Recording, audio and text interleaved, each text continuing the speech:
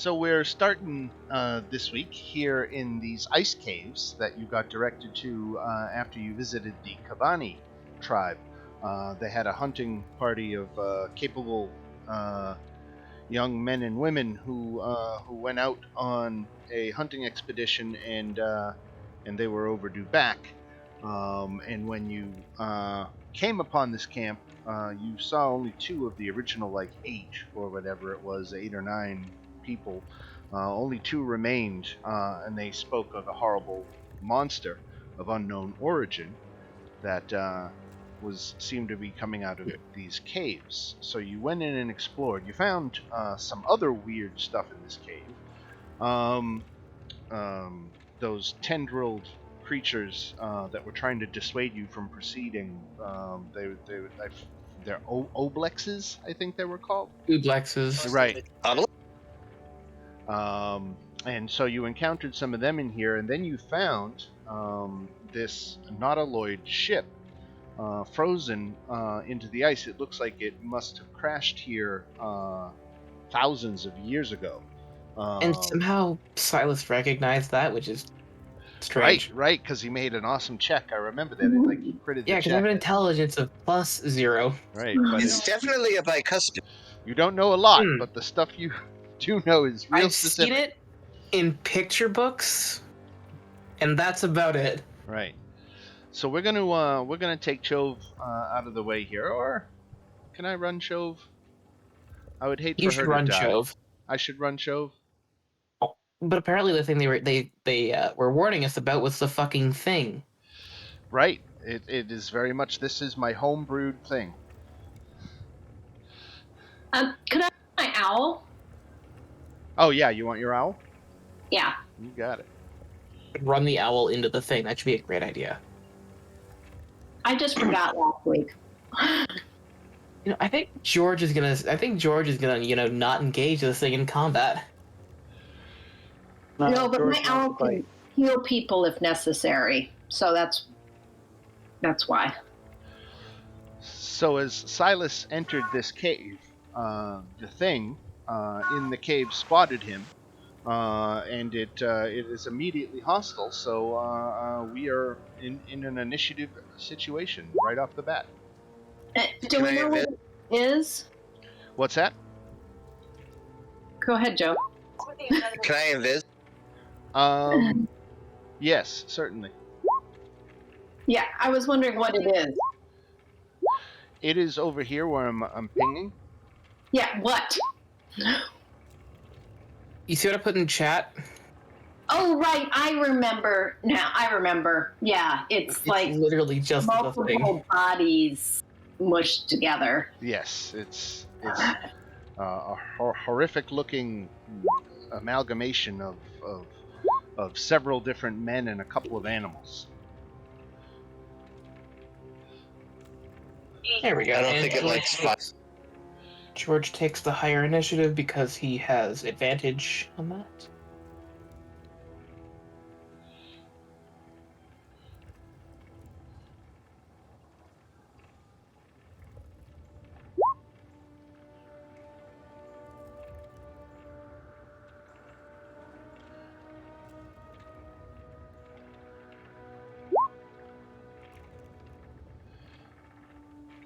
We got an initiative from Fancy. Oh, there it is. Awesome. Just making sure you were paying attention. Thank you. All right, I think that's everybody. And with that, we will begin this fight with this horrid alien creature. George getting the fuck out of there. All 40 feet of movement. That's what the George do.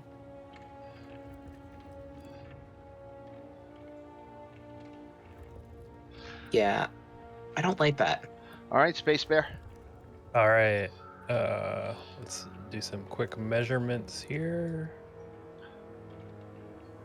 All right, cool. All right, I'll throw the hex on him. Bonus action, concentrating.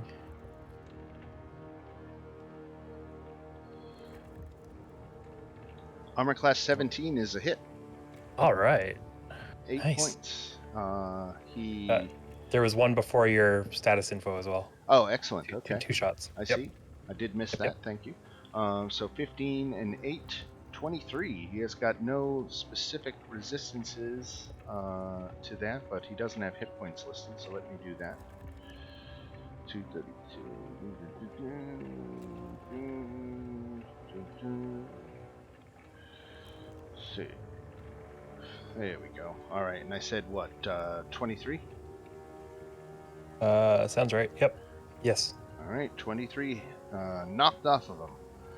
And now we go to Shantala's owl. Owl will pass for right now. All right, gain inspiration because that was terrible. That was wretched. Why? I don't get it. I love it. I will pass. Oh, I will pass. You know. Owl. I thought you were doing a play on Isle. no. All right, well, give me your inspiration. Yes, Meg. she was. I was trying to It is- keep it for you there, but okay. All right, so this thing gets to move 30 feet. 1, 2, 3, 4, 5, 6. That's enough to come up on Silas here. In fact, you know what? He's going to stop here because he's got reach. Okay. He moved forward 25 feet. He makes 2 attacks with 2 of his ensnaring appendages. Miss. All right. And if available, can use either. Okay, so since he doesn't have anybody grappled, he can only use this one.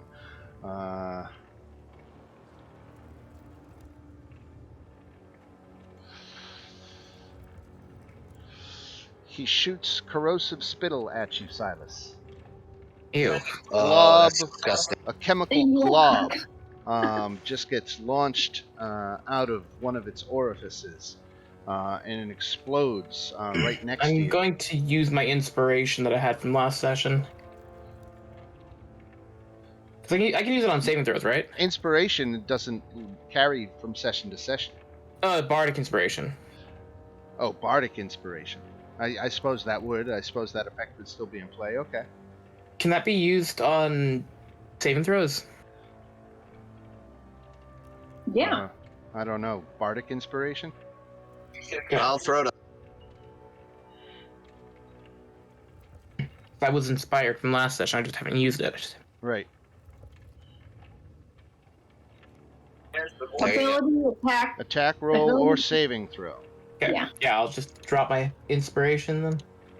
5. That Alright. makes that a success. Puts that over the top. Excellent. You still take 2d6 acid damage though, so let's roll that. Okay. 8 points of damage. Okay. You made Nice. your dex Oh, and there save, goes so my- you're not blinded. Yep. And there goes all 8 of my temp HP. Fancy. Okay, fancy goes.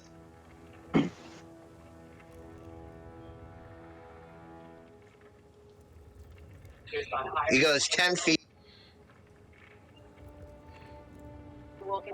Tell Silas on your right, and then go give some bardic inspiration. I feel inspired. All right. Now, I am the antithesis. It's very important. It is very important. And I'm done. All right. Evie. He is absolutely terrified. I've never seen anything like that before. Doesn't know what to make of it and wants it the hell gone. Yes. She is going to cast Erupting Earth on it. When it explodes, how do I post this for you? Just be a bubble you can Yes. tap with the press. Play. There you go. Um, All right. A fountain of churned earth and stone erupts in a 20-foot cube centered on that point. Each creature in the area, so you would target it so it One. only hits the creature. Exactly. And each creature in that area must make a dex saving throw. Here comes a dex saving throw from the Flesh Fiend. He crit it. Ooh. So he takes 3d12 bludgeoning, half of 3d12 bludgeoning.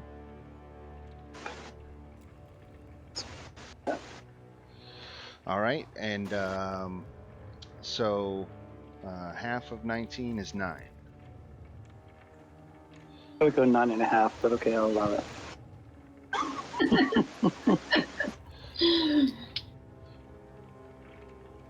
All right. That didn't work out as well as I wanted. I'm just gonna go hide All right. around the corner. She does not like that thing.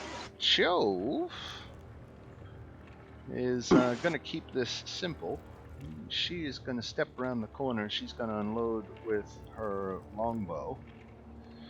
And she gets, what, 2 attacks with that, right? So, Yes. So she hit. I don't think Favored Foe applies. So Is it she a- does. What is it? Well, It is an Unless- aberration. Oh, no. with favored foe, you have to mark a creature. So I think she took the alternate ranger feature. And then she'll duck back behind cover. So she takes out, shoots twice, hits twice, and back around the corner. And we go to Shantala. Okay.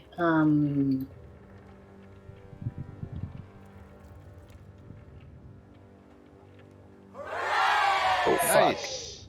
Ooh. Nice. Coming in with that clutch upcast. Radiant damage. So 42 points of damage. Whoa. I think that's like the most I've ever done. Well, maybe Wow. not. But That's I a heard lot. of That's a You know, lot. there was that one time a while ago you upcasted a 3rd level guiding bolt. yeah, and it did a ton of damage. Did a shitload of damage. Fancy had a front row seat for that. He was like, fuck. Boom. But from because it's Shantala. attack, you never know. Well, I have advantage on this attack, so I do appreciate that. Yep. So, bonus action, gonna cast Shield of Faith, because I don't like what that thing do. I will casually approach the monster. Go, magic sword. 25.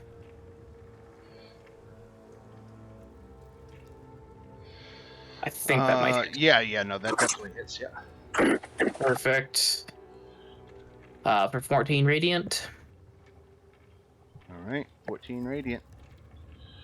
Second attack. 24. Yep. Does this thing technically count as a fiend? No. Okay. Nor undead? I just like alliteration. Is it either a fiend or undead though? No, it's an aberration. Okay, good to know. Second level smite. 32 points of radiant damage. This guy, huh? Boom, boom, boom. And I will keep it just held up in melee. That is Alright. my turn. And you still have your bardic inspiration. I do. And I'm saving that for all the saving throw crap that it's gonna probably throw at me. Alright, I Valma. have really high saves, but I have really shit luck with dice. Look at every time I made a con save. I really don't want to flank this guy.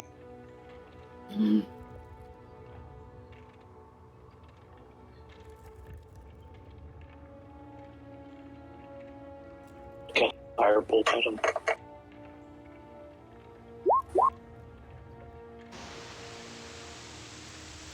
Alright, it did not work. And for my bonus, healing word on myself. Alright.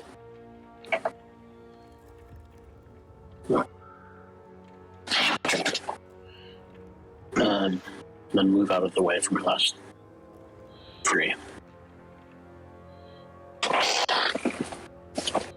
What? Nobody else wants to approach the cool monster? No. George will just hide there. That's his turn. He's not getting close to this thing. All right, Space Bear. Cool. Throw a maddening hex at him for 6 psychic damage. He is resistant to psychic, so he only takes 3. Yeah, fair enough. And we'll hit him with a couple more blasts. 5 and 14 for 19 points of damage. All right. Mr. Owl? Nope, not this round. All right. I'll be there though. Absolutely.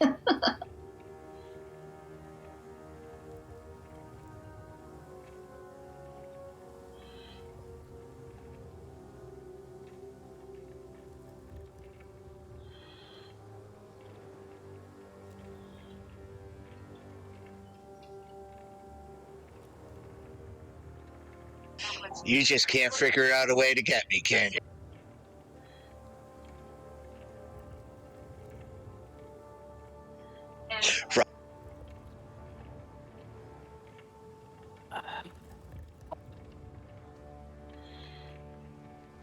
I'm just looking up something real quick. I'm sorry. Take your time.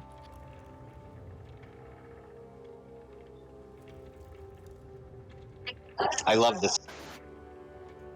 Looking to see what this obliterate spell does. You're just gonna cast Disintegrate on Silas.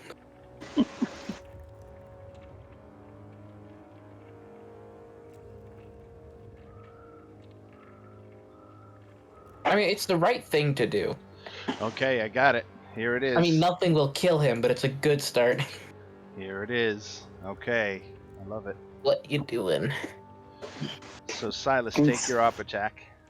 I can hear Okay. his smile. No! No. All right.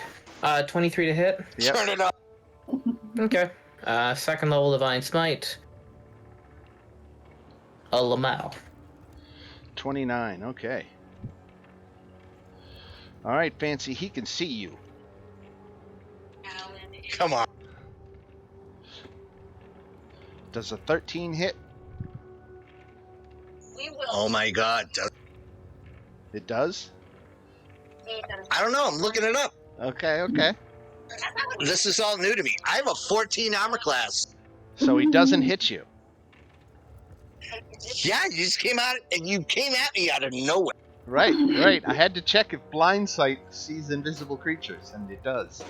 No, I get it. But like He's that he's not actively hiding. was very hostile, you know. But anyway, keep going. Well, he decided he took a couple of swings at Silas and wasn't getting anywhere, so he saw another target and he tried his luck, With a plus- but you dodged, so To be fair, with a +5 to hit, he needs to roll a 19 or higher to hit Silas. right, and he after swinging a couple swings and a misses, he's just moving on to the next opportune target. Evie, wait, doesn't he also Fancy, spit excuse me, after? Fancy gets to do his turn. I'm sorry. So the thing's dead. Right? It is not dead, though I'm definitely seeing that when I go to tweak this monster later, I'm going to have to give it some legendary actions because you guys were just able to chew through a ton. He has a ton of hit points, but you just chewed right through them, and he's only had a couple of chances to attack. So I'm going to have to. You don't have to give him legendary. I think Give him It's not necessary. he's meant to be a legendary creature, one-on-one fighting. I think. All right, Fancy have stuff. to. I have to give him legendary actions. It was an oversight on my part that I didn't. And maybe you should now. No, I'll play him as is. I tried. Mm-hmm. This is called playtesting, I'm I looking for also that recommend a inspiration. Legendary. higher modifier for his attacks. Yeah. Challenge rating 13 seems like he should be better than +5. Yeah, because if there's bullshit like me on the field, then you're never gonna hit. Right. But that makes sense though, because the whole thing is predicated on this liquid skin trait. That if he makes contact with you, you're immediately stuck to him, and he starts absorbing you. So it's not about having to do a lot of damage, it's just about making contact. I've got to give him more attacks, so he has more of a chance to hit some targets. But all that said, we move on to Evie. So she was going to do something else because she's really worried about her friend, Alice.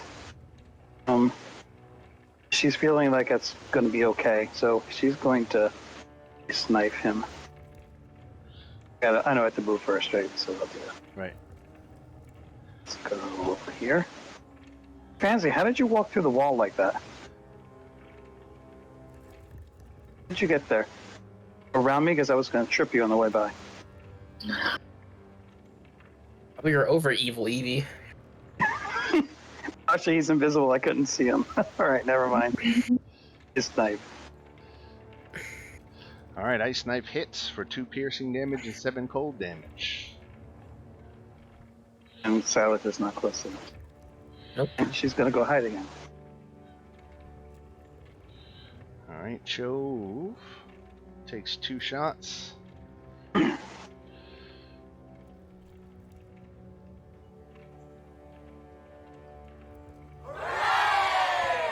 Ow. 13 points of damage. This thing is looking pretty beat up. You guys have just been unloading all your max damage stuff on him.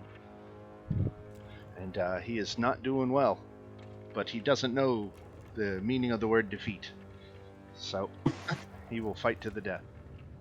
I've got 3 or 4 pairs of defeat. Yes. Death is going to come soon.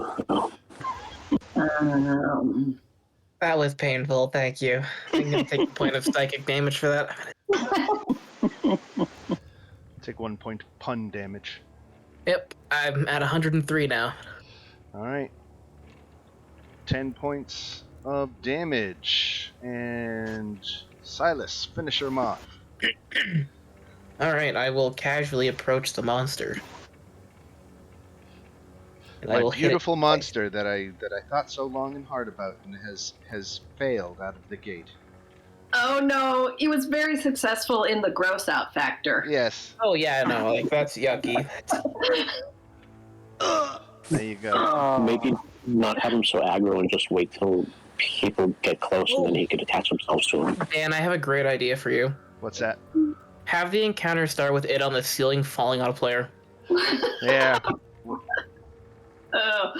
Make little it more stick to other A little more surfaces. stealth. Legendary actions. A little note for myself. Give the flesh fiend legendary actions. Okay. That would have helped and gone a long way. All right. This is I ranked that as a challenge 13 creature, which means it's worth 10,000 XP divided amongst the 7 of you.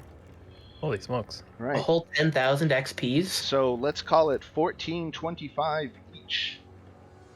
Holy crap.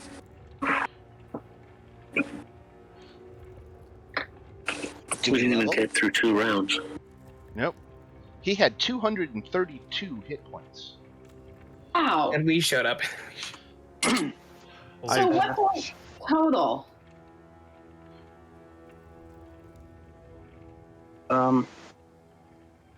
That's what I have. 44,700. Okay, that's what I have. 4-7. Yep, same. Okay. So we're only 3,000 away from leveling. Let's go out of the cave and come back in and fight him again. Let's roll again. His twin. Yeah. Just wait for the respawn. If we go to the Firelink Shrine, it'll reset. Wait, I can revive it. I can resurrect it.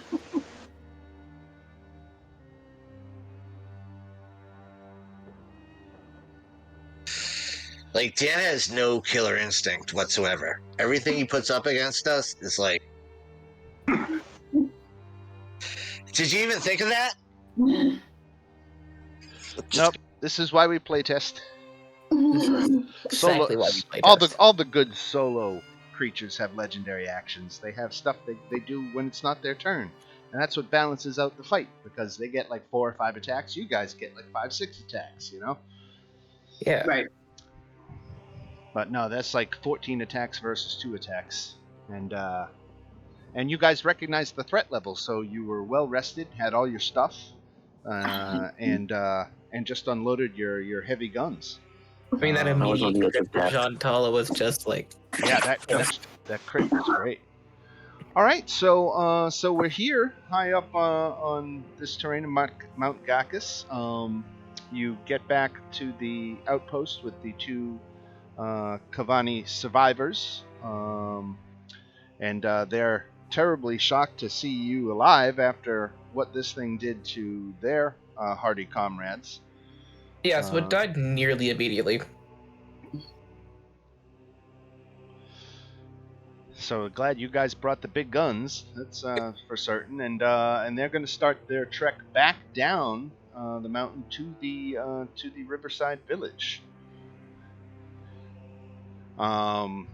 They thank you, and they offer you some of the furs that they had trapped. It's the only valuables they have, but they want to give you, a good pile of 20 wolf furs.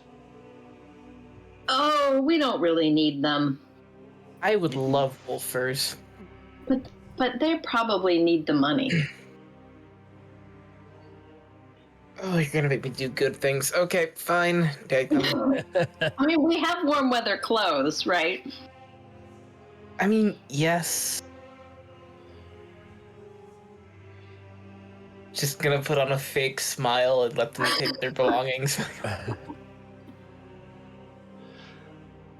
All right, so they're heading to the west. Do you guys want to go with them? Do you want to return to the village, or where else would you like to go? Are they going west?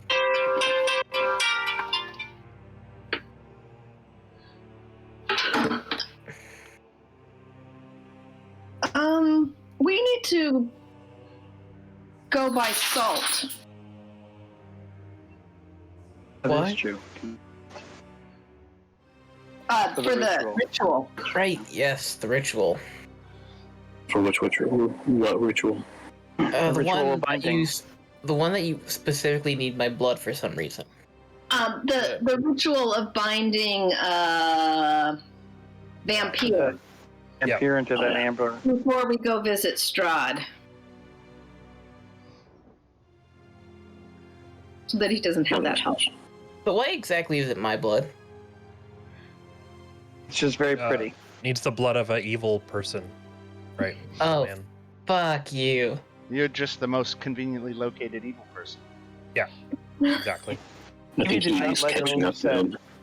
I He feel did not like so what you said. loved. She kicks you. Again, you're kicking metal. That's okay. Kick you in the shin. That still Thought that of the counts, metal. remember? Yeah, but I have to listen to this child kick me and then go, ow, as it stubs its toe on me. I'm tougher than I look. Wait, are you human, though, Silas? You're not, right? Debatable at this point, actually. With that fur over him, he just looks like some weird monster. I thought you were. I thought you were something else. I mean, parrots are human. Arguably human. Parrots? Yes, I have those. I Humanoid. didn't just spawn out of the abyss. No, no. I We've thought never heard you were talk one- about your parents. I thought you were one of those angelic human cross people. Yeah, but those are still just, like, humans. Okay. I figured your parents just died when you were very young, and now you're on this quest for revenge. What? No. Your parents are alive? Oh. No. Oh, what happened to your parents? That's a very long and uncomfortable story. You've got a long trek ahead of us. What happened to your parents? You know what? Oh, you're gonna make me do this, aren't you? Yes, we are. Fancy says, you know what? A lot of people have died to keep me alive too. So I get it. I understand. Are you aware what a political prisoner is? Yes. Great. They turned out to be not so useful. Oh. Oh. But did you watch them die? No. That's a relief. Or did you have to help kill them? What? No, God, no. No. You don't seem sad about it, that's all. You seem very hung up on your parents, but not sad. So I've had a lot of time to deal with this, you know? What happened to them? How did they die? We They don't were really hung need to by neck until detail. dead. That's how I... Were they beheaded? No, they were hung. I didn't know if that's why you're cutting people's heads off. that would make What? sense. No, I'm cutting people's heads off for completely different reasons. Why? Because he doesn't want to hang them. It's too traumatic, obviously. I don't know what being hung has to do with beheaded. God damn Not it. that kind. Not that kind. Oh boy. Evie has no idea what you're talking about. Oh, I am a Keep it sniper. that way. To put it very simply, so we can end this very awkward conversation, they were executed. End of story. Executed? It's not very simple. There's a whole lot of backstory we're not getting. Exactly. Why were they executed? And why did you have to watch? I mean, that's I terrible. didn't watch them. Shoplifting. I mean, shoplifting. So where I'm from is a very large empire. It had a bit of a crisis because the emperor is absolutely useless, and half of it basically seceded. My family got caught up in that. They were thrown in jail. They turned out to be incredibly useless to the succession, and were executed to save space. Oh, kind of like Henry VIII's wives. I have no idea who the fuck Henry VIII is. Is that from your world? I was getting more of a Nicholas II, but okay. Either way, Is my happy story over now? Oh, so they were useless? Parents are not useless. That's horrible. To To the government. the succeeding government, yes. Didn't you get a chance to help?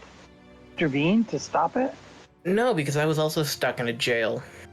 You were stuck in it. What did you do? What did I do? Well, I was part of that family that they captured because they were still loyal to the emperor, who's a fucking asshole. So why did they think you weren't useless, but your parents were? Why weren't you executed? So you know how I have wings and can fly? I might have noticed that. So I've been able to do that for a very long time, and that makes it really fucking easy to escape. Oh. But your parents don't have wings? No, they were just regular humans. Did you get wings? I don't fucking know. A mailman? Just got lucky. I was going to say, does the mailman have wings? The mailman does not have wings. don't make me go over the top. That's how he delivers the mail. He flies around. The Exactly. guy gets around. Kind of a tight time schedule, so Anyways, can't be are we walking. He done? really knows how to deliver, doesn't he? Okay. Are we... Oh god, you people are terrible and chastise me for being bad. The postman rings twice. Oh, I'm going to stop. I'm just going to stop. So wait. So you have wings. Your parents don't have wings. You got saved because you could fly around a lot, and your poor parents were not. You didn't try and save them? There's a lot that I can do and a lot that I cannot do, and interrupting the proceedings of an execution at the time was not part of my skill set. It was your parents. So you fled while your parents were being executed? No, I fled days Will you later. abandon them? No, they fled. They were Have killed you even days seen before I Game of escaped. Thrones? No. How do you see? We gotta help them. I was still tied to a rack when they were dropped. Were dropped? Yeah, when they were hung. Oh, Well, you Anyways, didn't actually see it happen. No, I didn't. I've said this several times. So they could Anyways, still be my happy alive. tale over. They could be alive and they could have escaped and they could be looking for you. Let's do something, even if it's wrong. Who's that? By the way, who's that guy you were looking for? Yeah, I mean, I- about that. Gave up on that a while ago because apparently nobody's seen her. Who's that? And honestly, I'm not going back. You guys apparently come from a different world, and I'm inclined to not ever see that fuckface Emperor again. You like it here. I prefer it here, actually.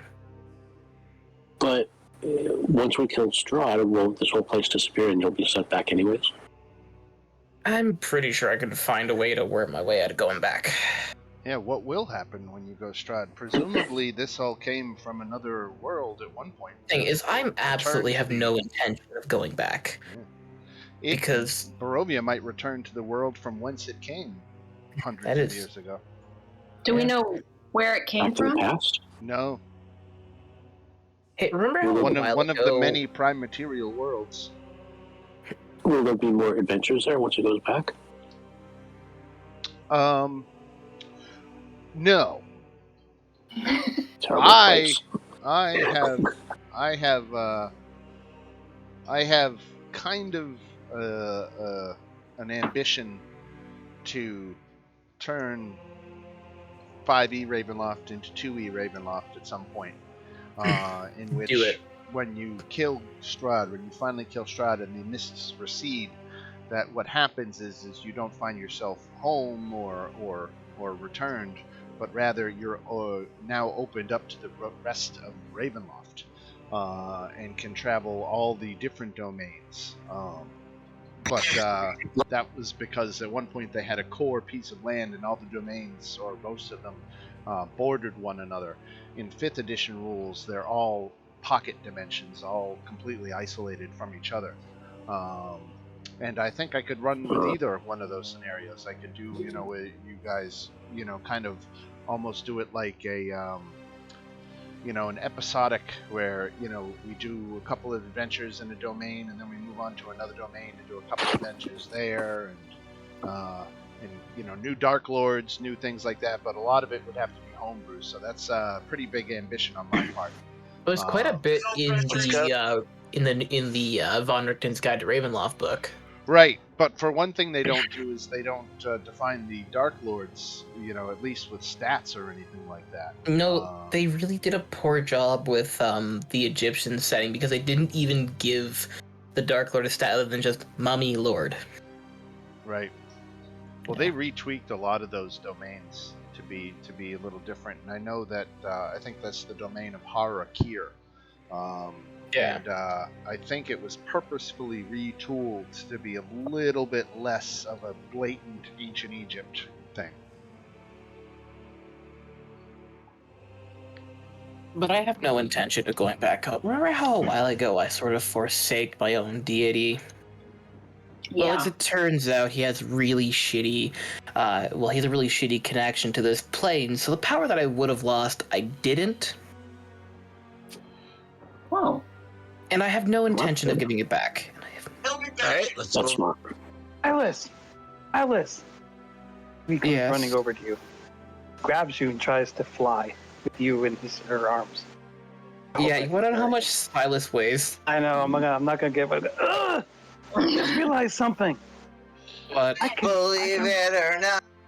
We can resurrect people. I can go back and I can resurrect your parents. that requires a body. Bodies are gone. False. Bodies are gone. Yes. They're not buried somewhere. No, their corpses were burned in a pile. Bunch of ashes. What? Bunch of assholes. Evie's a little proud of herself. You know, the more you guys make me talk about this, the harder it gets to want to talk about this because you guys are just terrible. It's not about the talking, Anyways. it's about watching your uncomfortableness. Anyways, can we conclude my happy tale? Okay. Who else has a good childhood story? Childhood? My childhood was great. I was a turtle swimming in the water. What It a was fun. great tangent. I don't like the water. I do like the water. We're a turtle in the water? Sometimes I was on land too. You know, like being a turtle. You do both. Oh. Whereabouts? In the water. Oh, I got that Off the part. land. It's you? Fancy's like Prince. Let me ask, who has a passive perception higher than 14? I Not do. me. That's right, Shantala has got the super passive perception. That's right. So I'm after 15. an hour of travel, Wait, my dog do. Your dog is pooping? No, he's got a perception of higher. Oh, He's got a dude. passive perception of higher than 14. okay, so you become aware of this wolf that is watching you from a higher up the cliff face as you travel down the Solenka Pass, and he just has this unusual curiosity about you. He's been flanking or following you for nearly a mile now. Well, we don't have much to fear from a wolf. How far is it wolf? from us? It's we'll call it 100 feet up the cliff. 200 feet. Let's say 200. Does it look like a normal wolf? Yes. Is it safe to assume that it's one of those fucking CCTV cameras that Strahd has installed in every single wolf, apparently? I would be remiss in my dungeon mastering duties if I answered that question. We call it over. It's only a dog. It's okay. Maybe George will have a friend. So, Evie, Huh? all the wolves here work for the guy we're trying to kill. Okay. There's a bit of a conflict of interest. Well, we can change him. Here, Wolfie. Come here. Wolfie, that's not the I dog's guess we're name. moving along, so that didn't work. We're all running away from the wolf as you're trying to play with him. Fancy is like Doctor Strange in Infinity War. Just show up, change the timeline, and disappear. You can't even understand what you're going through.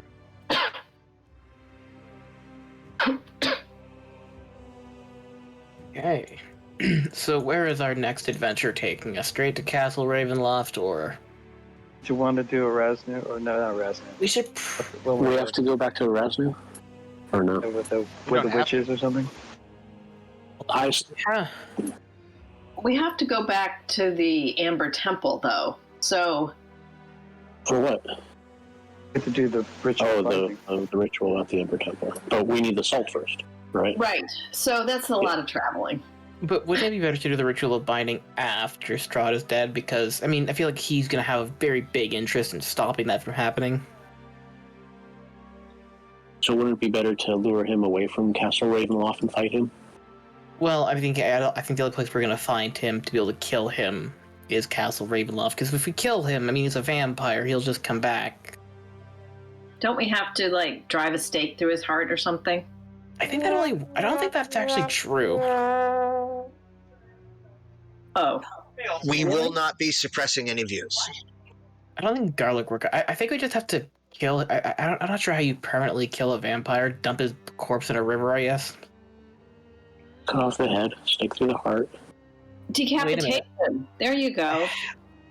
put his head in the water. I have an idea, and this might sound a bit screwed. So he's undead, right? If we He's a vampire. incapacitate him and cast a resurrection spell on him, Why would we do that? Then he'd be because then he would stop being a vampire. Well, it would fail, though. You can't resurrect with a missing essential body part like that. Well, not cutting off his head, but just slaying him. And I'm But thinking, why are we going to resurrect him? because then he would stop being a vampire. He would just be a normal person. Because he'd stop being undead. He'd just be, well, You can only not dead. resurrect the willing. Reanimated? He'd probably still be horrible and Why would you brutal and Yes, but dominating he'd and- stop being horrible. Well, he'd still be horrible, but he'd have less of an ability to be horrible, which would make it easier to do. Actually, no, just fucking kill him and be done with it. I'm not even gonna try and be nice. Yeah, the whole... That seems ridiculous. Seems like a lot more energy than necessary. Look, I was just trying to figure out a way to ruin his life, okay? ending it. That's fair. That's a quick way out. I still think we need to get the wolves to help It us. was just a different time. So we've arrived Yeah. at the western gate of Vallaki. It's 2 in the afternoon. So I know that you had wanted to get some supplies, and this is definitely the place to get those supplies.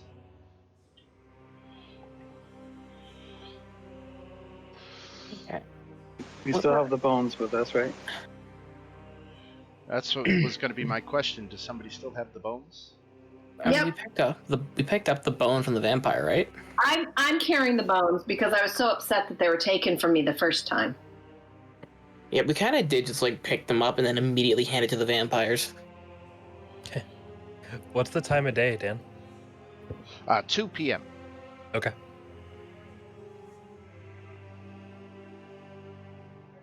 Where can we buy salt? Arisek's stockyard might not have it listed, but it's definitely the kind of stuff that they would have. Like Would big even- barrels of it. Should we go to the church and check out how things are going in the town? I mean, it's probably gonna be terrible, but I'd love an update. This is where the orphanage is, right? Right. Yep. Still in one piece? I'm surprised. And where is, remind me what Irina's location is? The Mad Mage's mansion. She's still with the Mad Mage, okay. Yeah, she's having that whole like very lonely Alice in Wonderland experience with the talking furniture. Right. What potions to drink? Yeah, we should buy some potions. We Anyway, have a fair bit of apparently money. people get scared of me being here, so I'm not even gonna try to talk to people. I don't get what's so scary. I don't either, but I gotta keep my hood on. Apparently, I look pretty bad too. I'm still walking around with my mask on. I should really summon those hellhounds. Not here. Not here. Bad idea. Not here. Can you only summon them once? I can. Yeah, I only get one shot at the hellhounds. And how long do they last for? Until they die. Okay, so it's not like they disappear after like an hour or a day or something.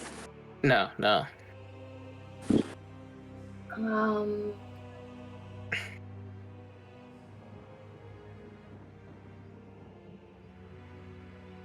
Finish everything in town? I mean, we just have to buy salt, really, right?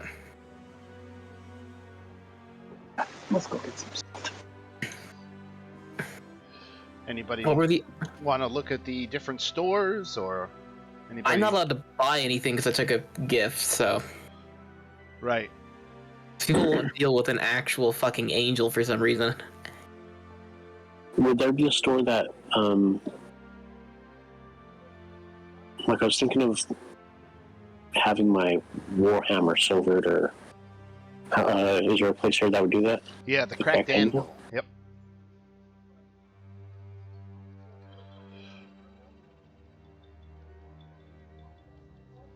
I'm wearing it. I would look good in it, though.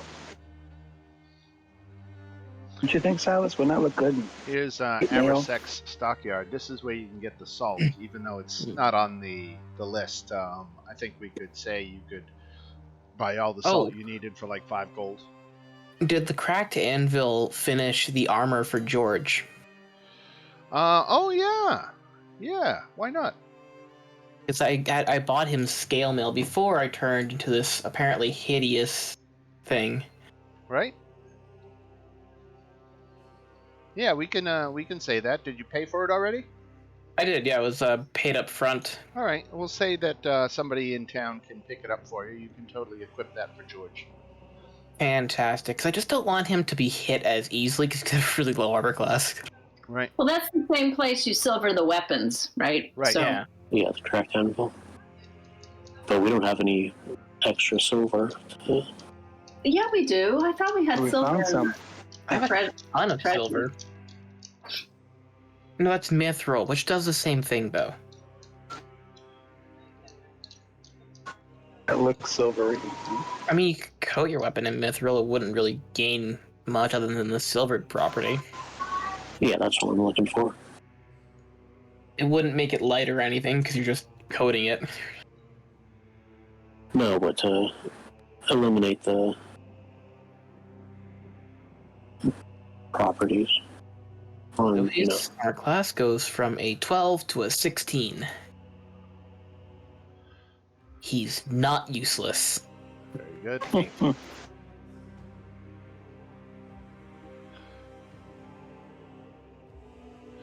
Good boy, George.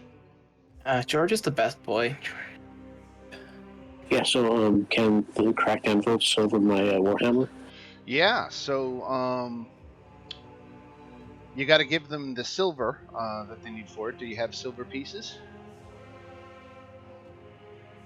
Or any silver treasure? 20 silver crossbows, 12 mithril bars. So if you want to trade in your 20 silver crossbow bolts, you Does could. anybody use a crossbow? I do. Okay, you probably want that then. I thought we had some kind like powdered silver. I thought we got something in that Amber Temple room. We have, treasure. I'm just looking at it now, we have like a bunch of silver pieces which can be converted. Yeah, it only takes 20 silver pieces to silver a weapon. Wow, there's so much. I can't even find our treasure. We still just have a wedding dress. Oh, there it is. Party treasure. It's way at the top. Oh, Like, what right. are we gonna do with that thing? Well, I don't know. We decided we weren't going to give that to the abbot, or he was We dead. just decided to kill him. I just pat his head. Yeah, we kind of burnt that fucking bridge. We cried a little bit for Monk. It was worth burning. Well, I mean, he did want to take my face, and I'm quite fond of it. I was going to give him mine. You He didn't want me. I got rejected. And for good reason. Hi, what's wrong with my face? Takes off Nothing, her but it hood, looks she doesn't look better. Velma, Nothing's wrong what with kind of your- weapon are you looking for? I just wanted to silver the my warhammer, so it would be effective against Right. So the you monsters can that have immunity. buy. He can't silver yours, but he has another warhammer that is already silver. Okay, how much is? So it would be 75 plus 150. So it would be 225 gold. Okay, I'll just buy that. 225, you said? Yeah. Okay.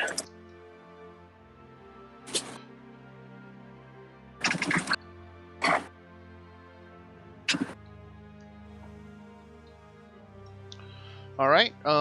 So we got the salt. We've got some armor for George. Valmo's got a new Valmo's silver hammer. Bang bang. Just gonna thank you. And so where to next, ladies and gents? I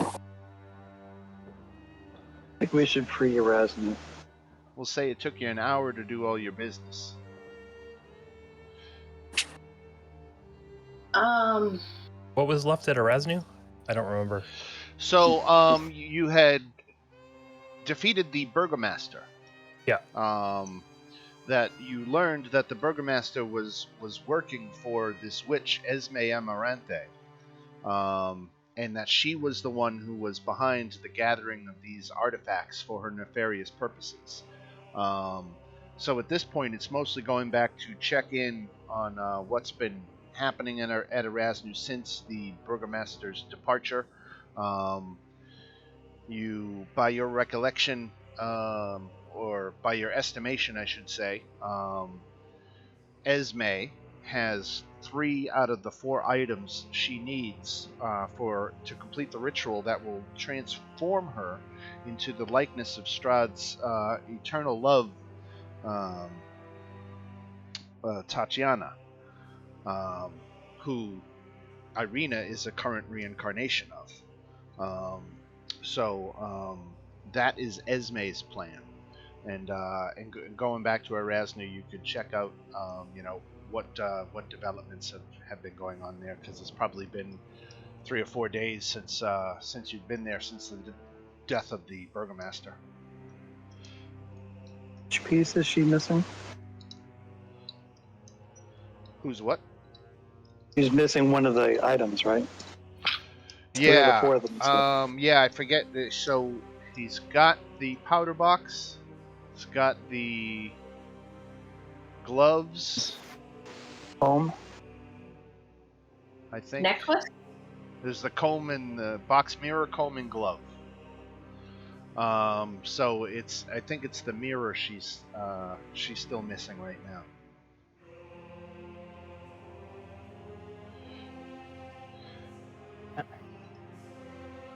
Well, I don't really see, what will happen if she does that. Well, it was Esme's evil that actually causing the land to grow. It was absorbing more territory from the prime material plane, basically making Barovia bigger. Right. And that is all because of Esme's presence and all this evil that she's stirring up. She's actually causing the land to grow. And you're hoping, you at least have had in prophecy from Jenny Greenteeth, that if you were to foil Esme's plan, it might cause the land that was growing to go back to its original home. All right. So the elves and the orcs would go back home. Right. Right. Let's do it. Only a witch. How hard could it be? Beat up that big monster, ugly monster in the ice caves. So we haven't actually met her yet, have we? No. Okay. So I was like, yeah. She wasn't it was Jenny who was in the swamp. Right. Yeah. Okay. It was the one with the house that attacked us, right?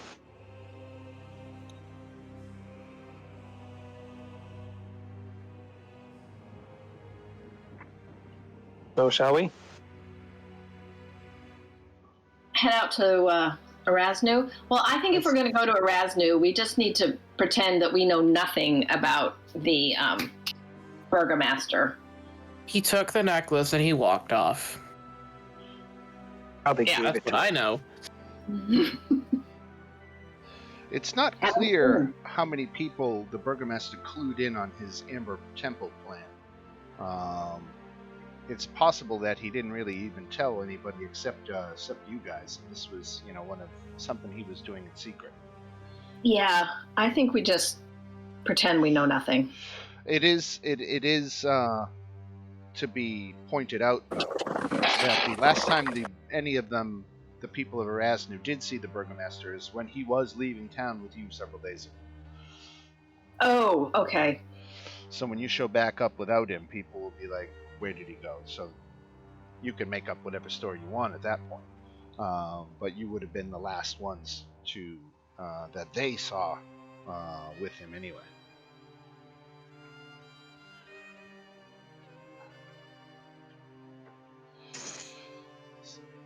So destination Erasmus?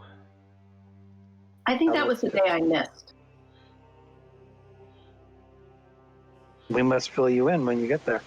So let's head to Erasmus. So are we going to be the ones to tell them that their mayor, Burgermeister guy died No, I don't think we When- should. He's on his under way. unknown He's circumstances?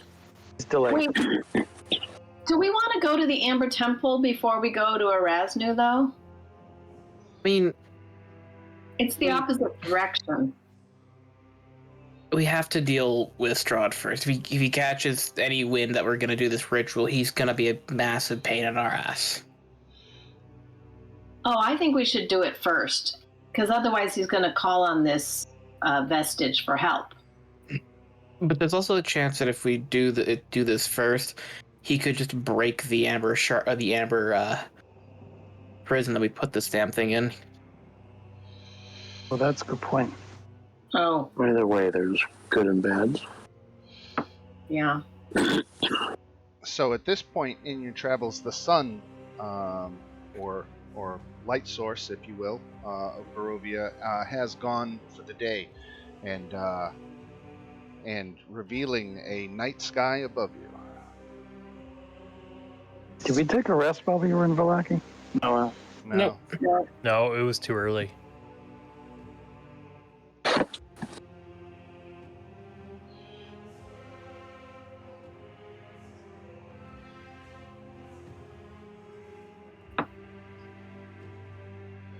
We'll probably want to do that in Erasnu, I would guess. Yeah. No point in camping here. This place is fucking dangerous. Mm-hmm. Guy. Nothing scares Silas. All right. What? So as it gets into the 8 o'clock hour, you finally are coming up on Raznu here. Let me go to the right chapter so that I can kick this off. Erasnu didn't have an inn, though, did it? It did. Yeah, it did. Oh, it did. It did. Okay. Yep. You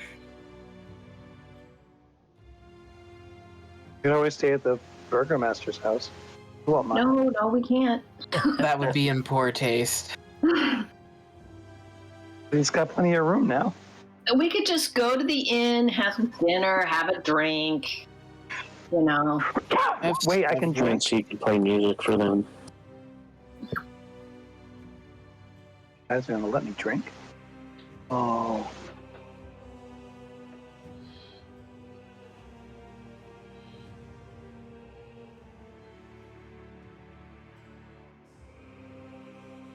Yeah, but you remember how terrible you felt last time? Yeah, okay, maybe I shouldn't drink.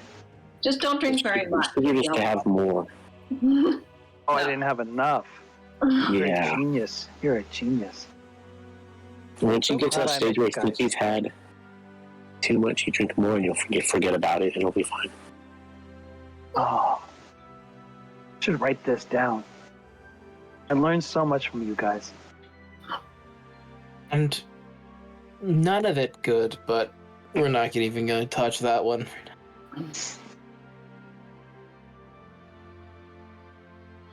Okay, so you actually stumble across two bedraggled women. While both are mud splattered, the quality and style are very different. One is wearing a purple robes common among mages, while the other's dress is a simple, colorful skirt. You actually recognize this second one. You remember when you did the reading, the Vistani reading at the Burgermaster's mansion. That was a woman named Sybil. And here she is again. So she's a Vistani woman with this wearer of purple. The two bedraggled women are asking for your assistance in reaching Sybil's hidden camp just outside of the village. The women had gotten separated from their original escort during an attack by wolves. Her companion identifies herself as Ixusasha, a member of the Cult of the Dragon. Some of you might be unfamiliar with that, but others know that the motives and practices of the Cult of the Dragon are not always on the good side of things. But she claims to have important information regarding the troubles of late and how to put them to an end, and she has promised to reveal all once you convey her to Sybil's sanctuary. So wasn't the Cult of the Dragon the Argynval's cult thing? That was the Order of the Silver Dragon. Order of the Silver Dragon, very different from the Cult of the Dragon. Oh, okay. Right. Order of the Silver Dragon is a good order of knights. Cult of the Dragon is basically an apocalyptic dragon worshipping cult. Oh, well, probably not too far wrong. Right? So have we been to this spot already? There's No. the camp. No, Oh. it's Sybil can guide you to it. It's not far outside of the outskirts of Erasmus. And then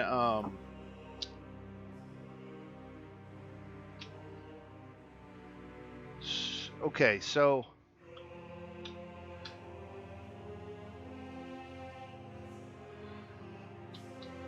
once you arrive at the camp, Ixusasha seats herself on one of the bunks and offers a bench to the party.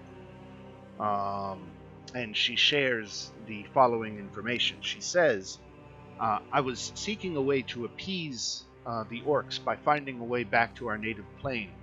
My first attempt at scrying was blocked by wards, but when I tried again it worked. Unfortunately, the information was not something I felt the brutish orcs could use to our advantage. You, however, may be able to defeat Esme. By luck or perhaps by someone's will, I was able to glean a great deal of information. So Ixusasha has a whole bunch of stuff that she has scryed. So this is a bit of an info dump, so feel free to ask questions if something doesn't make sense. But Ixusasha says that Esme was a young girl when she first beheld Strahd von Zarovich, the Dark Lord of Barovia, and she found herself enamored of his power and confidence, and found her way into his service as a Barovian witch. Esme, obsessed with obtaining Strahd's affection, entered the vault beneath the legendary Amber Temple, and there she communed with the vestige of the Evening Glory. The vestige then merged with the love-struck Esme, granting her the power to stretch Barovia's borders. Hence our being drawn into this accursed place. Ixusasha is one of these refugees. Esme plans to obtain 4 possessions of Strahd's true love Tatiana in order to transform herself into Tatiana and finally become the object of Strahd's desires.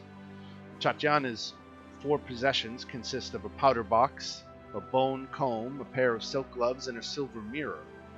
Esme sent 4 of her servants, whom she called her obsessions, to gather Tatiana's items around the countryside. The first 3 of Esme's obsessions have either been defeated or disappeared in recent weeks after delivering their charges to their mistress. The last remaining obsession, a creature named Omu, was a crippled leper who was transformed into a mongrel folk. He has vast psionic powers since he has entered the land of the mists. Omu yearns to transform his hideous appearance into one that matches what he feels is his inner beauty. For then he believes his attempt to win Esme's heart, whom he has lusted after since their first meeting, would be successful. He still has hope that by bringing the item, she will look upon him with favor. So you can imagine how well that will go for Omu. That is the saddest thing I've ever heard. Thank you. Right. I needed a good laugh. So, as far as Ixusasha knows, Omu is on his way to deliver Tatiana's silver mirror to Esme, who already has the other 3 of Tatiana's possessions in her clutches. If Esme is permitted to transform into Tatiana, the vestige's power stands to increase to the point where a great deal more of the Forgotten Realms will be absorbed into the mists. But all is not lost. The locket recovered from the Amber Temple can be used to separate Esme from the vestige with which she has merged, effectively ending her threat. However, the locket must be attuned to the spiritual impressions of the target, Esme, and Omu is the last living creature to have seen her firsthand. He must be confronted and questioned, and he is exceedingly dangerous. I like this idea. Wait, Out of general curiosity, what if we just kill her? Just killing Esme? I suppose that would, well, she might be tough to kill while she's merged with the vestige. She might, That is fair. yeah, she might have some kind of protection or enhanced. No, I fully imagine Yeah. that. I was just curious because I feel like this is a great plan. Separating her from a vestige. What'll happen to Irina if we royally fuck this one up? Because she's a reincarnation of Yeah, Tatiana. Tatiana. right. So will there just be 2 of them? There could that be, was what I but was who thinking. would Strahd regard as the real one? Versus Probably the one that he's currently simping for. right. True. so we're Omu because he knows Esme can allow us to attune this locket to her. Right. How does that attunement exactly work? Do we just get him to touch the locket, or? Yeah, I'm not certain off the top of my head, but I would imagine as we get closer to Omu, it will provide more details. Okay. But that means we have to disable him, but leave him capable of conversation. Presumably. Oh. I mean, if you just want to disable, that's easy. We can charm him. That's a more delicate way of doing that, yes. Putting it out there, Silas. You're no fun. He kicks you in the shin again. Again, it just bounces off metal. I feel So better, though. did she see where Omu is? She didn't have that information, no. Do we have like a last known location? No. We know where he went and is coming back from. Nope. We don't have no idea Really? where he found the mirror.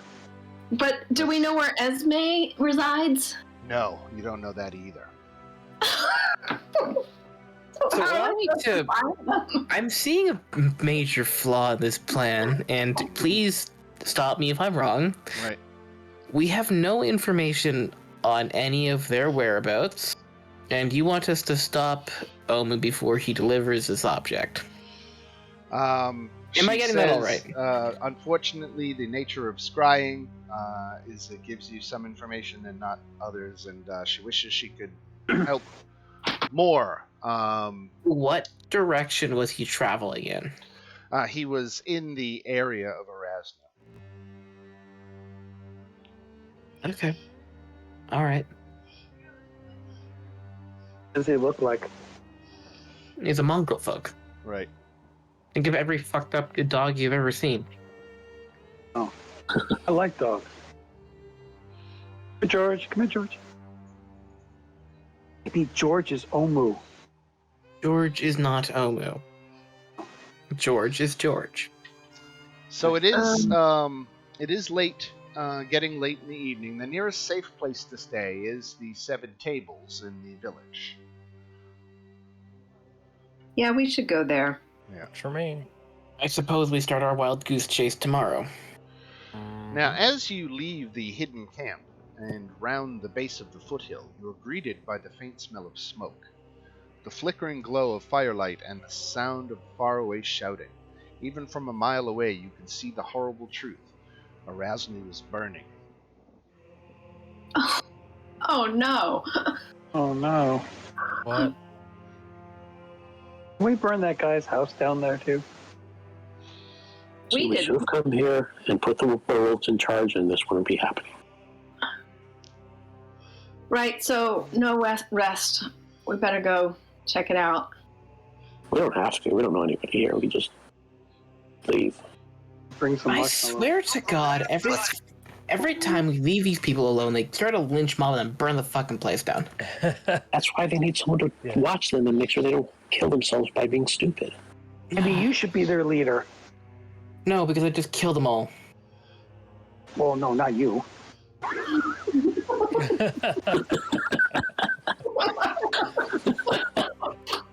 It would solve the problem quickly. It'd be Erasmus would be gone. Anyways, let's go see why everything's on fire. So Okay. the village of Erasmus is a scene of utter chaos. The entire settlement has been caught up in a wave of obsession.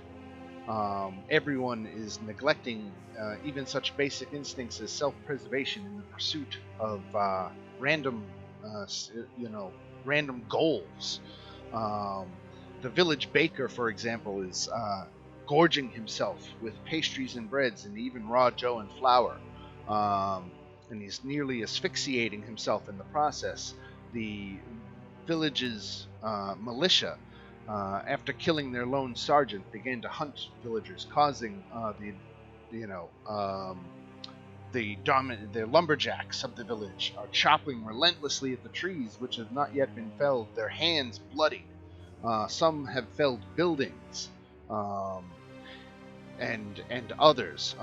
People are just going nuts. So where would we even begin to try and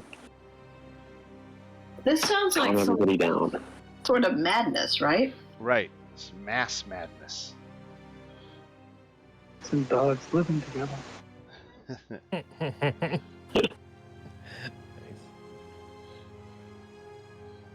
Isn't there some? I don't have it. Fancy, do you have something like group calm down spell kind of thing? It's like an oddly specific power. Can I try? I would love to just like fly a few like. I'd like to fly just straight up. See if I can get like a better view of what the hell's caught. Like, see if I can try to find what's causing this madness. I'm joining him. I'm gonna fly too. Can help you, right, Silas? Probably. We'll cross that bridge when we get there.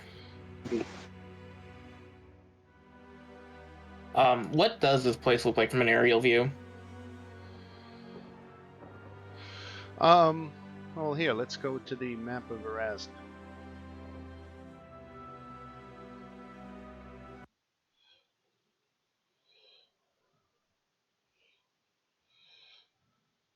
You guys were coming in from this direction.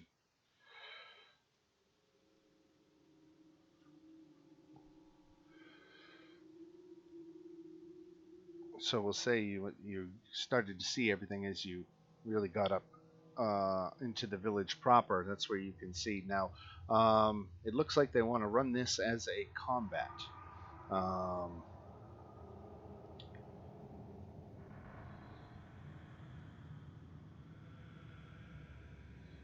What if we don't want to? Right.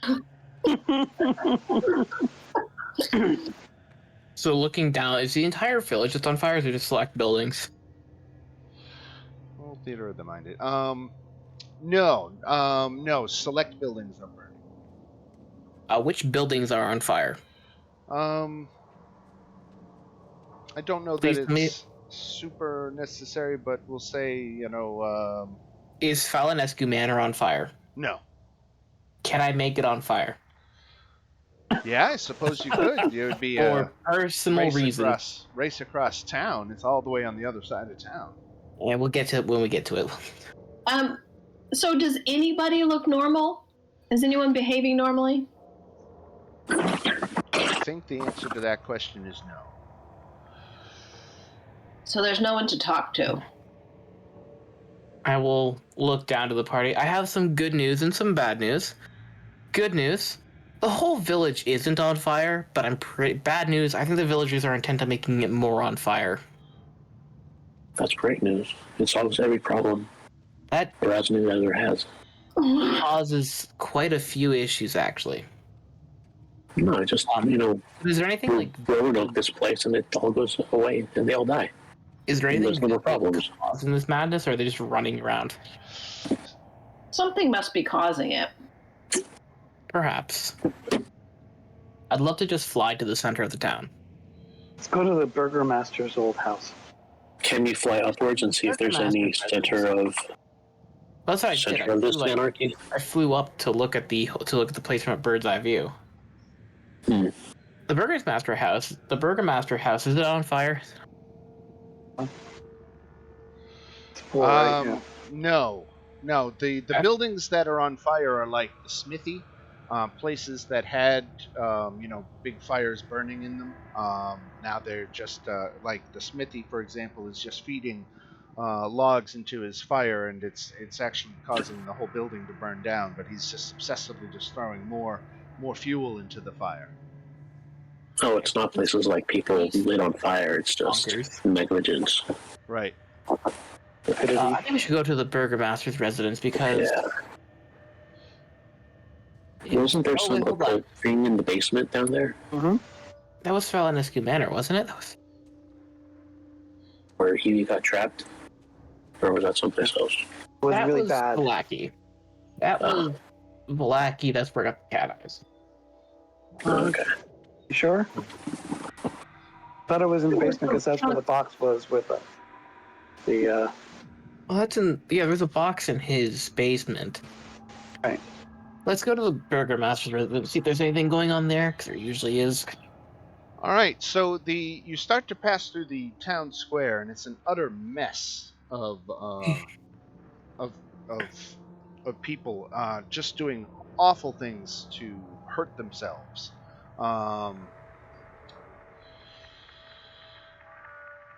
As one of them runs by me, can I trip them? Not even like very noticeable, like just stick out the leg.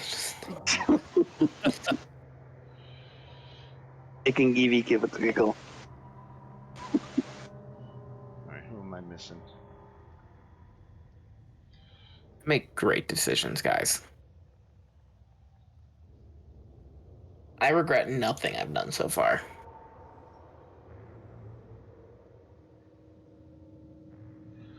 Alright.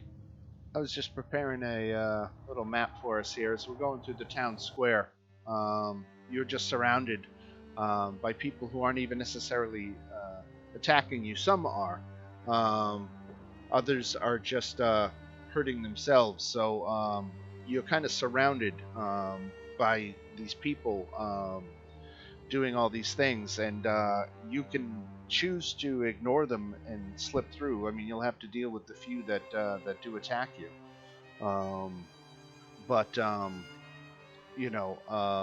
You can try restraining, other individuals, save them from themselves, or just make the decision to ignore them and try to look for the cause of whatever this is. But that is where we're at right here, with all these folks surrounding you. Like, if we just stop them from hurting themselves now, when we leave, they're just gonna find new and unique ways to hurt themselves. So, yeah, I think we should try to find this. On by. Why are you hitting yourself? Why are you hitting yourself? I would like to trip one as they approach me, though. What did you guys do? Nothing yet.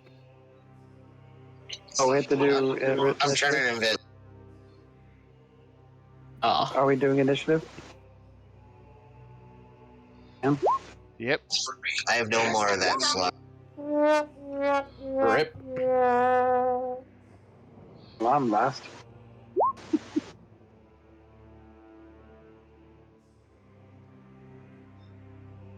It's my last level 2 spell.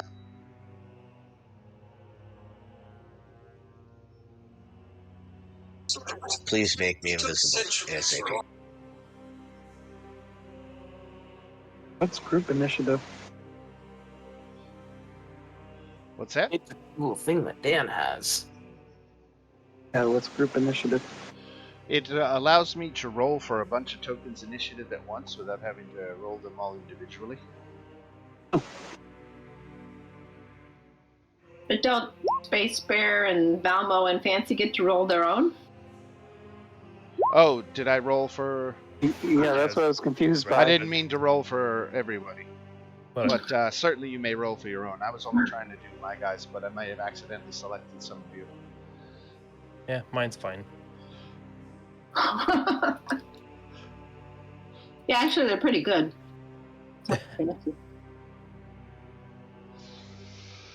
All right, so first coming up on Chove, running up. Chove got the benefit of a full rest, right? No, we didn't, did we? They're not. No, we haven't. You'll be doing that after this fight, right? Okay. Yep.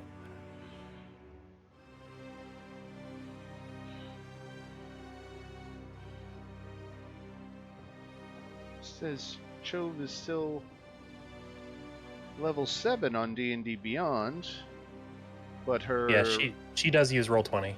Yeah, she does use roll 20, so okay. Yeah. So I want to make sure that she... Okay, so she was at full hit points anyway, so looks like she's good. Let me see spells. I should put back her spell slots, right? Yeah. Probably. So her spell slots come back. She's at full hit points. Let me look at her hit dice. Well, we woke up this morning before the fight in the cave. But I don't think she used anything. Right. Yeah, it doesn't look like she did. Looks like she may have used her favorite foe.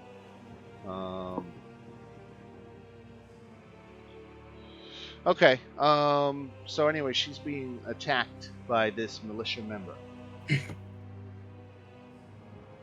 Yeah. And she is armor class 17. Would Chove attack them? That is the question that I can't answer.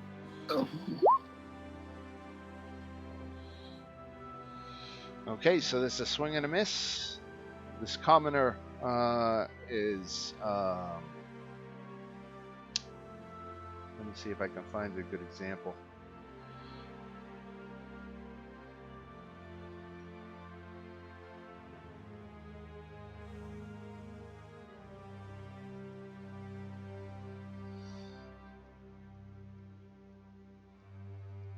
There we go. Okay, so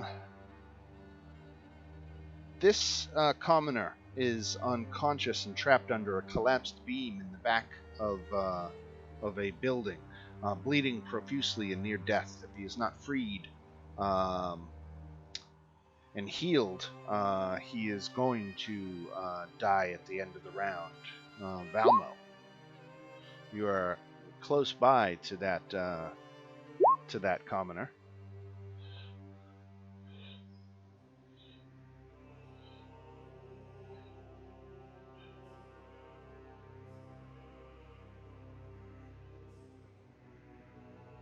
And you're muted. Sorry, which commoner is about to die? This one. That one? Yep.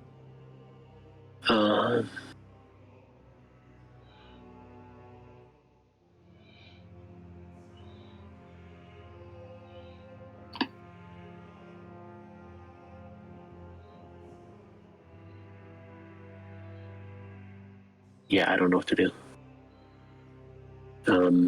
He could probably try and help them, but that's an athletics check to lift the beam off of him. Okay, yeah, that's a good +10.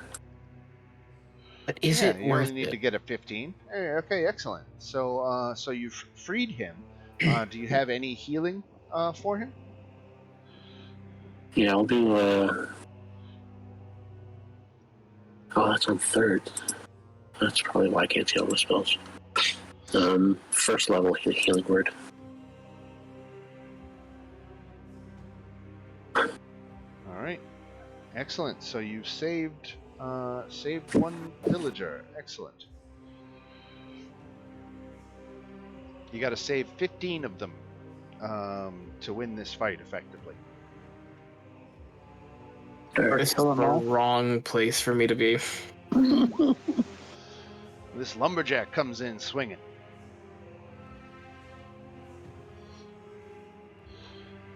With his big wood axe, y'all, and he swings at Shantala and misses. You know what Fancy always wanted to be? A lumberjack? Axe.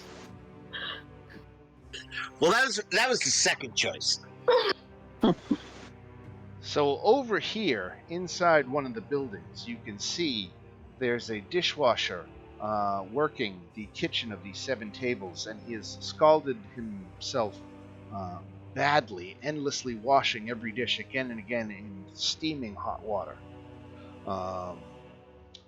That's how this commoner is injuring himself, and you might want to take steps to save him from himself.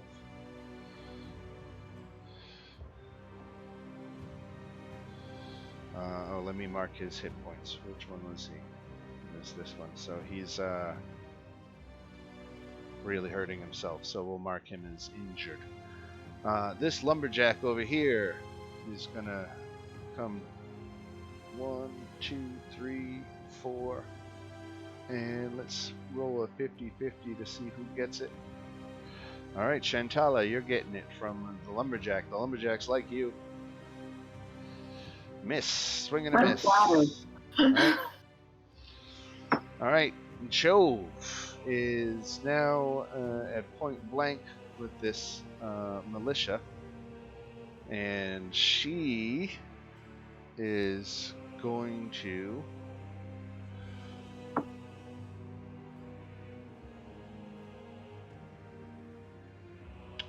let's see, what does she do? She does longsword, two-handed. Oh, she's Twice. straight up gonna kill a person. We Alright, finally so got evil she Chove. We finally. Hits for 11, and she uses non-lethal damage. But she smacks this guy across the side of the head with the flat of her blade and knocks him out. I mean, yay!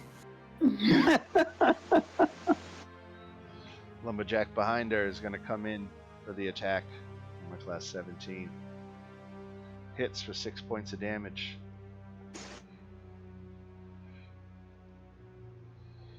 Lumberjack up here.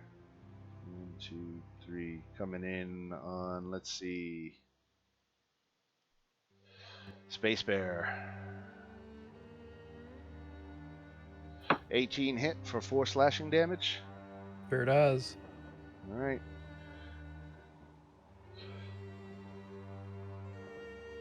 So, again, over in this direction, you can see a cook from these 7 tables. He has started cooking every scrap of his food store, causing numerous fire hazards. In his mania, he may even begin to butcher and prepare bodies of the dead scattered around the village. So this guy is definitely one that you could save from himself, and we'll go to Space Bear. Okay. Do we have any sense of exactly why they're in this weird state? God is great. Yeah, no, you don't have an explanation. I really Okay. want to cast Crown of Madness on one of them just to see what happens. Um. I mean, oh god, how horrible. Am I doing the nice thing right? I'm gonna try a dispel magic. Okay.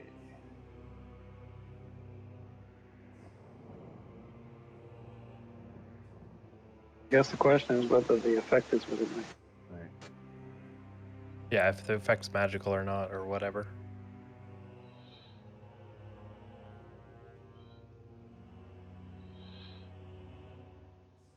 I'm just reading if I'm not seeing that dispel magic is necessarily going to have an effect. This is more of a psionic effect than a magic effect. But the fact that dispel magic doesn't work tells you that it's not magic. So you have Okay. that at least. Yep. Can I ask what Maybe psionic is? Psychic.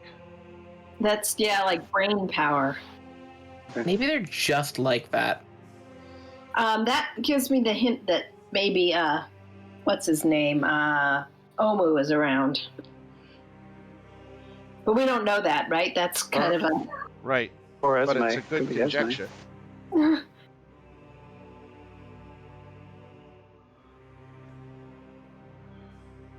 All right, coming up on Silas and Evie. All right. Going to attack Evie. Ah! I don't think 15... Does the 15 hit you, Evie? It does not.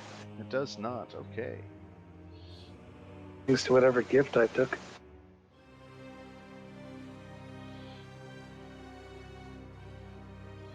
All right, coming at Shantala. 22 hits for 7 damage. That does hit, yes. No. All right, Silas. All right. So these ones are just attacking us, right?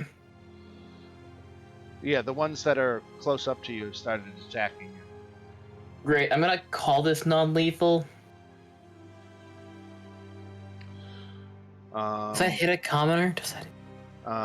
It does. It hits a militia, or but it misses the lumberjacks.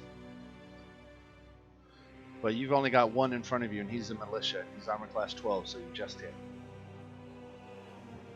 13 points of damage.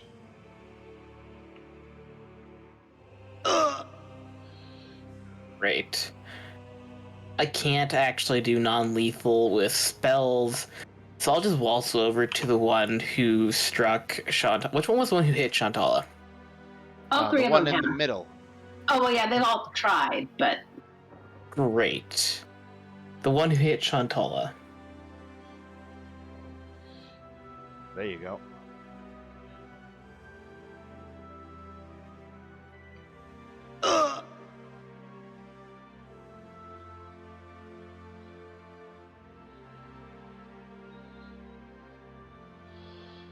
On the This is technically lumberjack, saving them, right? This is technically... on the lumberjack with advantage, 21 hit, 5 damage to Chove. Militia.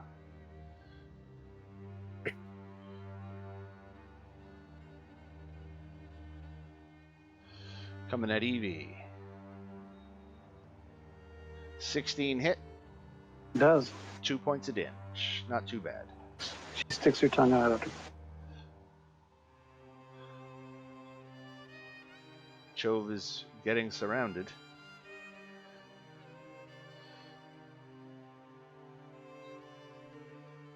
But it misses.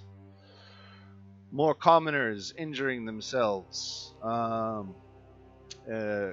Carpenters who are hammering planks together just in a completely manic fashion, their hands bleeding, but they just continue to work.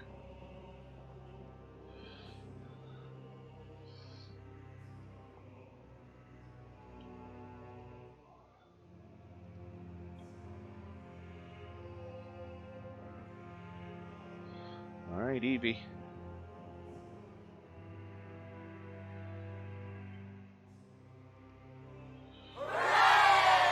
advantage doesn't apply. I don't know why I had advantage on. Okay, from Chove's attack. That's what it was. So 17 hits. So it's not a crit. It's only 7 damage.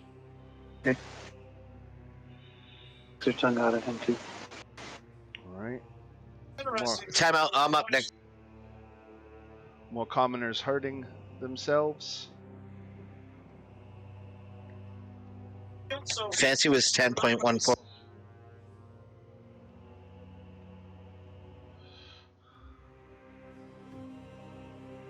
Oh yeah, how come Fancy didn't reorder in the list? Coming Yeah, at Fancy's out of Silas. order. All right. Silas, I think 22 hits you. It actually does. Congratulations. You're going to die. All right, Fancy. Hello. So, are we surrounded by a bunch of vampires? No, these No, are they're just crazed townsfolk. Are they crazy happy about me? no. No. We probably shouldn't kill them. Apparently, that's a bad idea.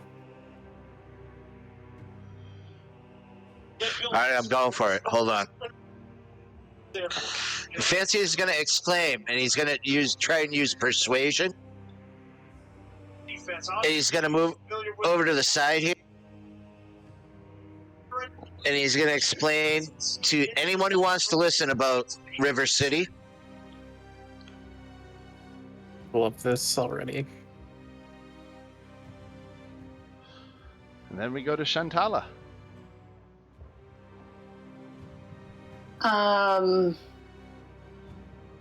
Okay. I'm kind of trapped.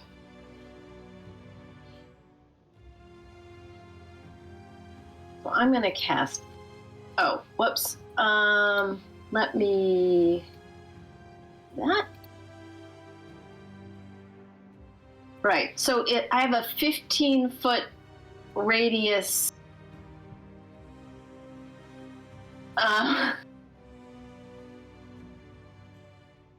Sorry. Did you not finish your turn? No, yeah, that was... Keep going. I'm paying attention to you. Never mind. Okay. Yeah, so I have a 15-foot diameter around me. And none of my party is affected.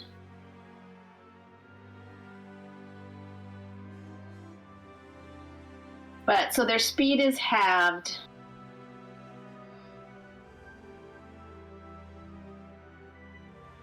They enter for the first time, or yeah, so I need a 15 diameter circle. All right, let's see what I can do about that.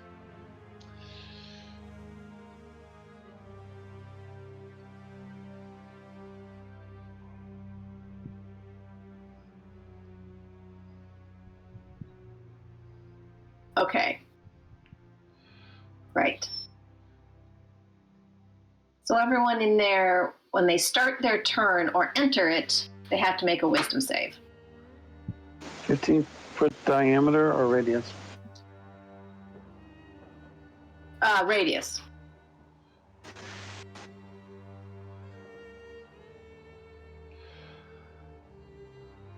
So let's see. There's one guy there, one guy there, one there, one there, one there. This. What's that one? Yeah, this one here. Yeah. The one below it. That's Space That Bear. says isn't it? Space Bear. Yeah. Sorry, the color was on top. Sorry, Right. Space Bear. Right. All right. So it certainly gets a couple of them. I'm gonna leave that down here. It moves with me too if I move. Okay. So, Okay. but I'm not gonna move because I don't want to have all those. I don't really have anywhere to go, right? Yeah. And So they have to make a saving throw, basically against their mind influencing effect, or what are they making the save for? For the fey creatures that are flitting around me in that circle. This is part of counter charm. No, spirit guardians. Oh, Above that. spirit guardians. Oh, okay. I was reading. Fancy put those. Thank you. Fancy put the other ones out there. Okay, got it. Spirit guardians. I'm just reading counter charm the whole time, and I can clearly see now that I was like, how does this apply? All right, spirit guardians. All right, that's different. I might even have a graphic for spirit guardians. No, maybe not. Isn't that green thing? Right, no. Okay. All right.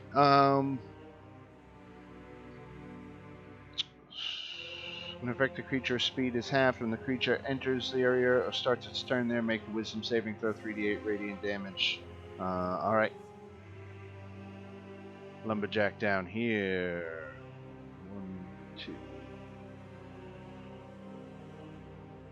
Coming up on Shove. Misses.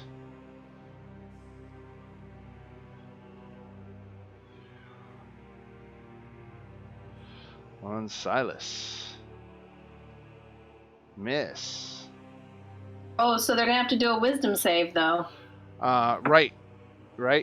Okay, so let's see. That last guy, he needs a wisdom save. Failed. So takes how much damage? 14 radiant damage. Down goes the militiaman. They're crazed, so there's no sense of self-preservation here. Let's do another wisdom save. He made that one, so he takes no damage from its spirit guardians, or half damage? Half. Okay, and that is 7? 7. All right. Apparently, God doesn't exist. And the attack on Silas. 21 hit, Silas? 21 misses. Yes, I thought so. All right. God, I love that I can say that. Right? Feels good every time you say it, too. Does. Dominated militia. 7 missed there. Commoner off injuring himself, doing something foolish. The same down here. All right. And we're back at Evie. Yeah, I finally get to play. That's what happens when I roll poorly. Let's shillelagh the one that's to south Okay. west.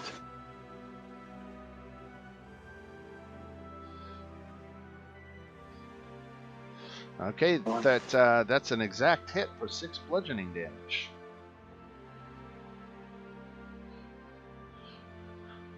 The big burly lumberjack throws off the hit like it was nothing.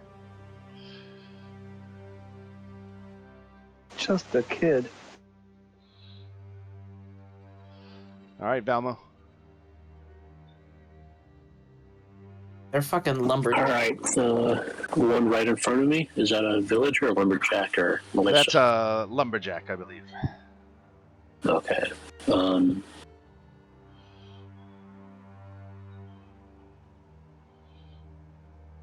And there's no way to tell what if they're villagers or militia or lumberjack until they attack, basically, right? No, you can plainly see the stylistic. Of course, they're dressed for different jobs, Okay. so their tokens there are any all the village- same, but Yeah. they are not. They're easy to tell apart. Is there any villagers around me that need help?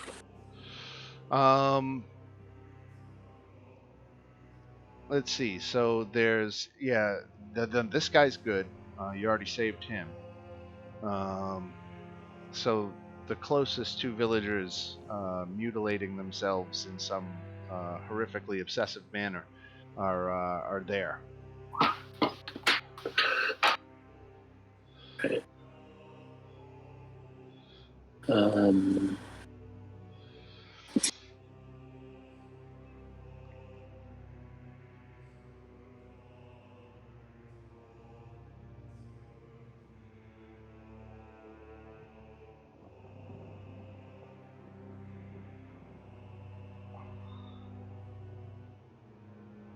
Well,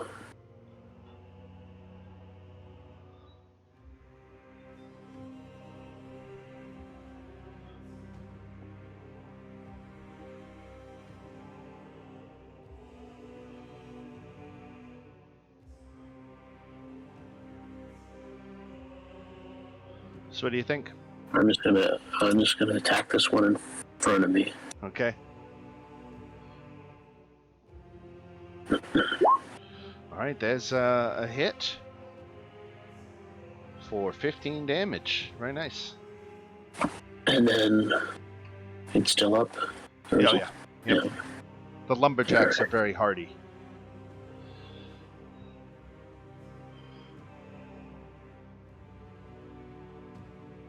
I was hoping to take them out, but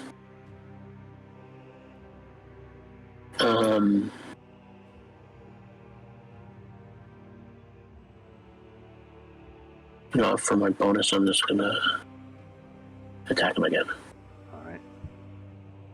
with the War Priest. Function.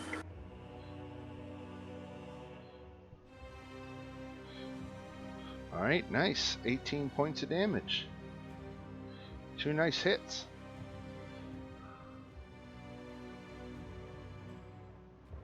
The lumberjack down here is going to go reckless and gain advantage on all melee weapon attack rolls during that turn, but attack rolls against it also have advantage.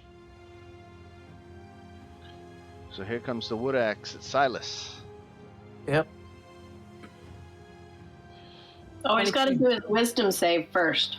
Oh, that too, right. 15. Yeah, so 7 damage. Yeah, 22 just hits. All right, so 5 slashing damage. Okay. The lumberjack up here is going to go reckless. Wisdom save. Right, thank you. Failed 14, right? 14. All right, and he's recklessly attacking. Let's see. Well, might as well be the person who cast that pesky spirit guardian, so let's go against that. There we go. So with advantage, the wood axe on Shantala. Does a 16 hit? That is my armor class. So it does. Okay, so 11 points of slashing damage. Oh, and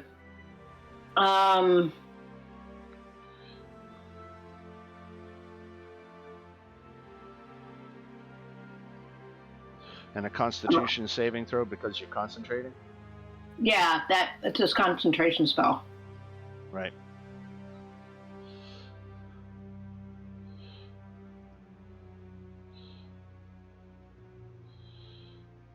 Okay, so 13, I think, made it. I think it was only a DC 10 check. So you maintain concentration on Spirit Guardians. Then we go to Chove, who's going to attack the militiaman to her bottom left.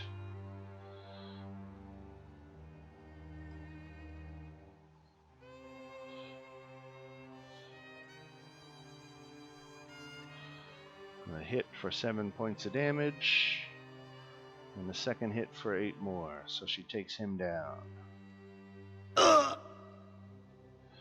The lumberjack goes reckless against Chove.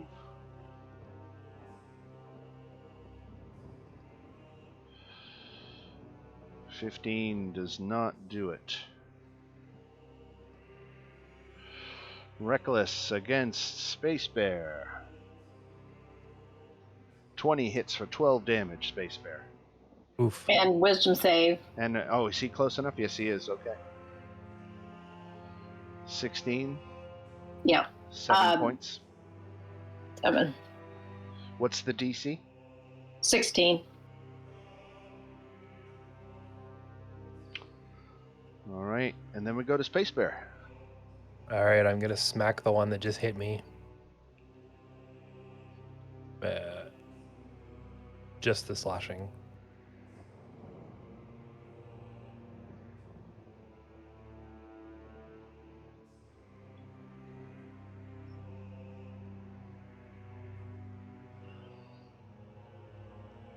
And that was on the one that just hit you, armor class 9. Not good enough. Nope.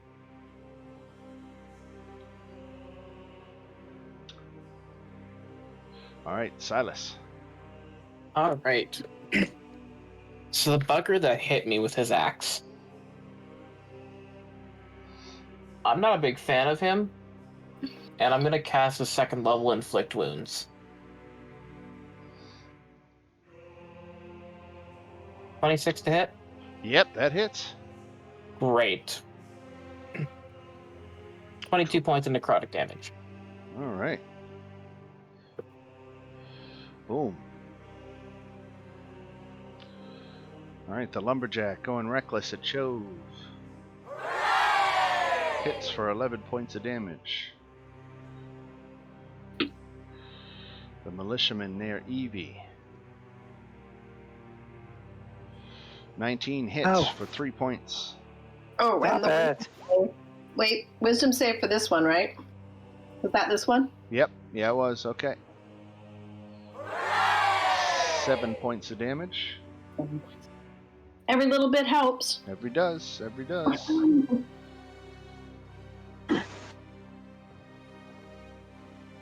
All right, Fancy.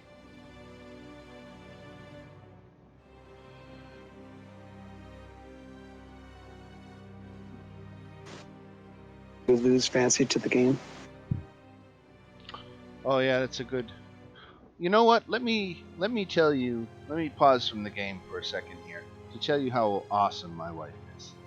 My wife, who doesn't like to watch football, knows that there was an important football game tonight and has put it on the television for me so that when I turned around I could see immediately what the score was. Oh, he's a keeper. That's love, ladies and gentlemen. What a lady. What a lucky guy am I.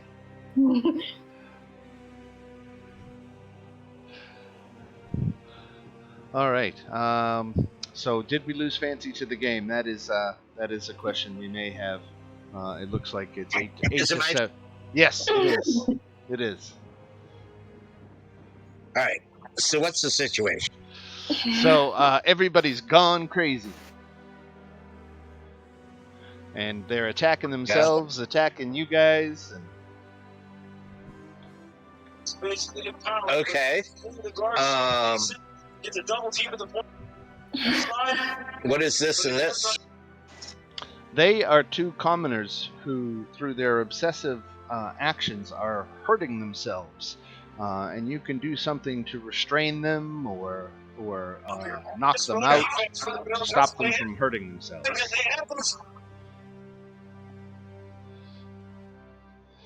They're not going to hurt me. No, they're not. They're more obsessed on hurting themselves. Perfect. Okay. I'm done.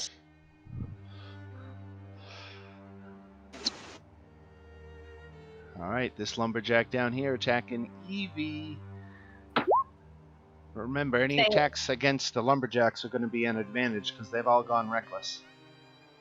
14 so hit save, Evie. though. Oh, save. Still a save for him, too. How many times am I going to forget that? 15, so that's a fail for 14 points of damage. Yeah. Answer to your question is no, it missed. It missed. Okay, excellent. The lumberjack here is going after Shantala. Oh, wisdom. I remembered it. I remembered it. I'm just hoping like they'll die before they can attack, right? 14, right? How long does that last? I'm concentrating on it. As long as you It lasts concentrate, 10 it's fine. Yeah, 10 minutes, as long as I can concentrate on it. Wow. So that that hit, that crit, was actually against you, Shantala. So you take the 14 damage and give me a con save on that concentration. Okay. DC 10. You crushed it. Okay.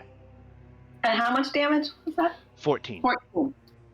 Oh, I think I'm starting to feel a little peaked. Ooh. Yeah. Is my turn? Yes. So I'm gonna hit this one here with a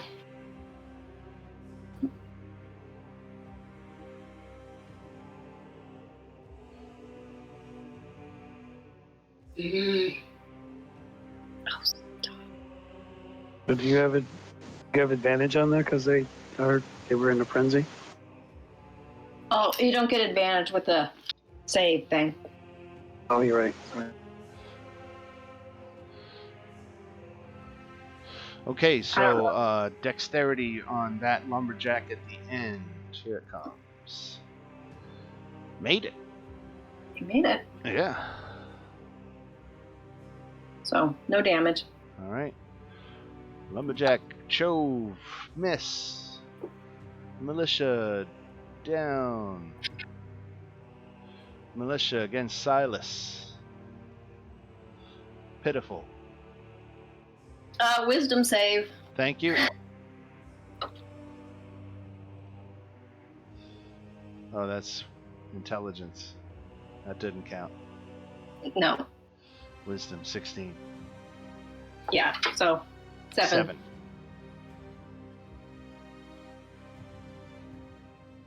Yeah, this is a great spell for crowds like this. That's awesome. 7 actually took him out. Yeah. So he So wouldn't that- have even had that attack. Was even though it missed, it was muted. It never happened. All right, now this guy up here, he has to make a wisdom save. He fails, so he takes 14 damage. I think he's outside of it. It's the one next to him that's in it. 15 feet. 15 feet. You're right, he's outside of it. All right. Militia against Space Bear. 15 miss. Yeah, miss. All right.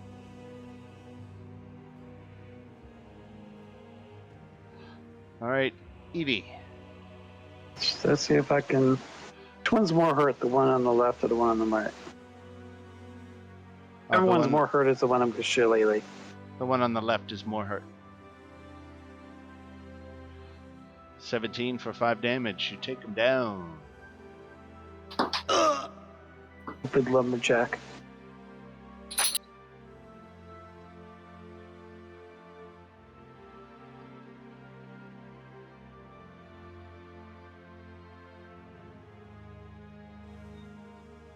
You know what? The other one doesn't scare me. 5, 10, 15, 20. 30. I'm going to go down here. You can have your attack of opportunity if you'd like. I want to try and save somebody. And that was a lumberjack attack of opportunity. Mhm.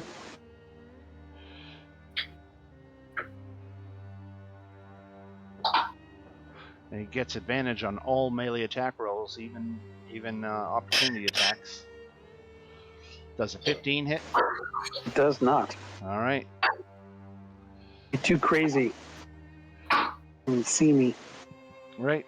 All right. And so you move down there after the shillelagh.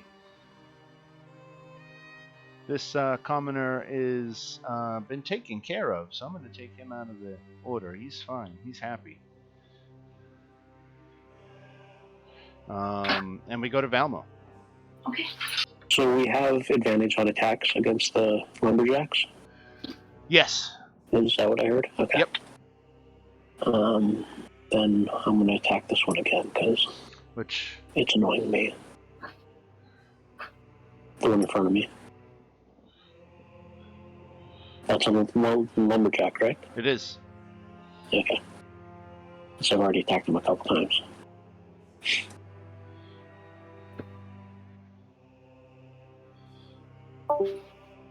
$26 hits. So 11 and 12, 23 points of damage.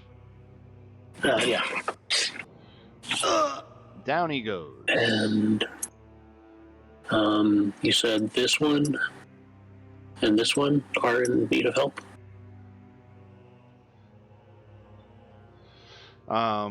Anybody who's any of the commoners highlighted in red need help. Okay.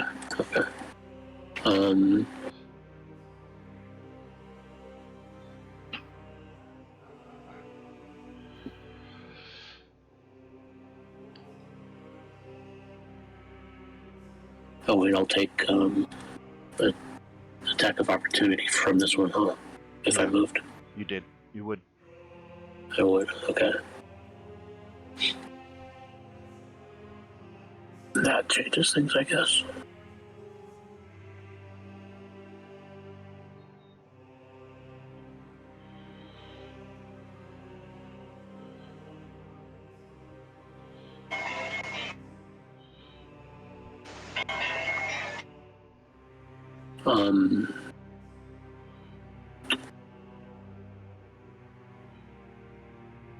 I'm just going to move around to right here. And that'll be it. All right. Lumberjack with advantage. He's got 3 targets. Let's see who he targets. Going at Shantala. Really? Chris. Jeez. That's the second time. All right. 16 points of damage and a DC 10 con save. Look at that. Crushing those con saves. Oh, and he's got to take his wisdom damage, right? Yeah, so he failed, so he takes 14 points of damage.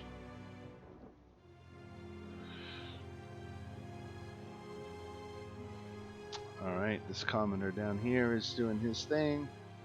This lumberjack is out of the fight. And we go to Chove, who's going to try the longsword. Let's see. Looks like the 3 guys on her are all... She'll just attack the one to the north.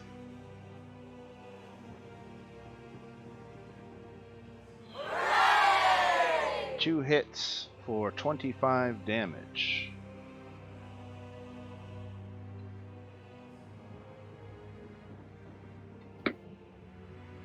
Oh.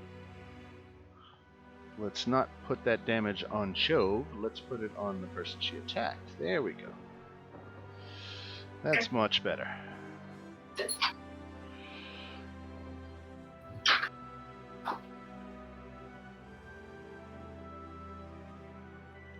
Chove gets hit for 4 points of damage. Chove has got 37 hit points. Lumberjack against. 3. Space Bear, you got hit for 4. Ouch. All right, Space Bear, what do you got in retort? What do I want to do here? I'll hit him with a non-lethal dagger attack. Okay, that hits for 6 points of damage. And this was the one to your north, right? You got it. Yep. All right. And I think we've lost poor Silas due to some storm electrical issues. I will do my best with Mr. Silas's character sheet. Here we go. So, keeping it simple for myself, we will just do Sun Sword attack twice on the one to the right. A hit and a hit. How do you roll the damage? Oh, there we go. Alright, so 13 and 19 and 29, 32. Guy had 24 left. 32 takes him out.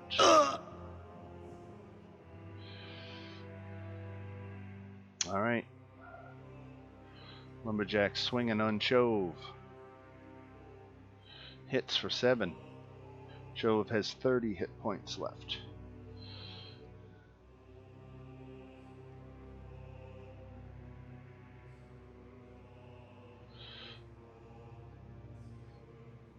All right, Fancy, what do you got? Whoa, that came up pretty fast. Yeah. All right, so who's left alive?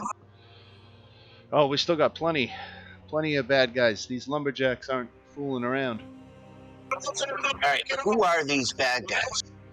They are crazed townsfolk. They have been driven mad, and they're all acting hostile and crazy.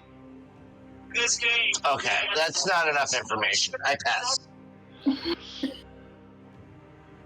Maybe we should make that your default setting.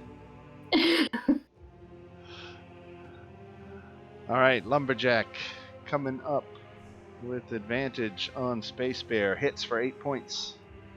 Wisdom save. Thank you. There's nickel and diming. 14.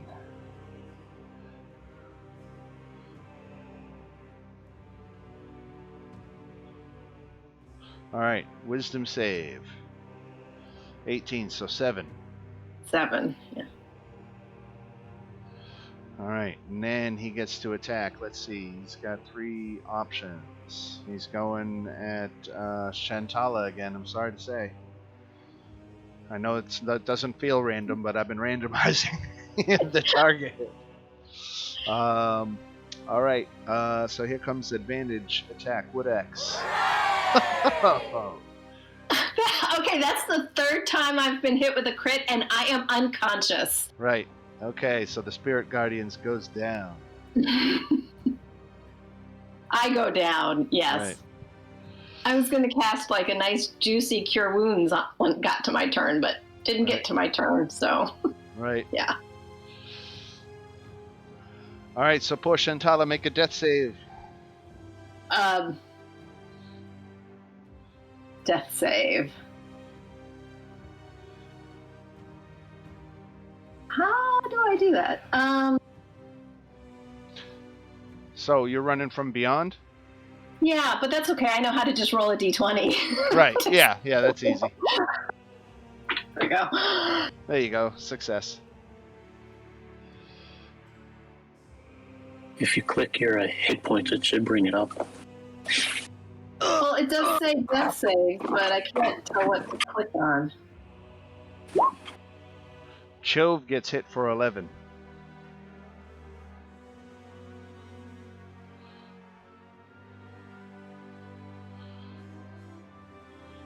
Space Bear. Space Bear gets hit for 2. Evie. 2, 3, 4, 5, 6, 7, 8, 9, 10. You need to have rescued or knocked unconscious 15. And it looks like you're at 10.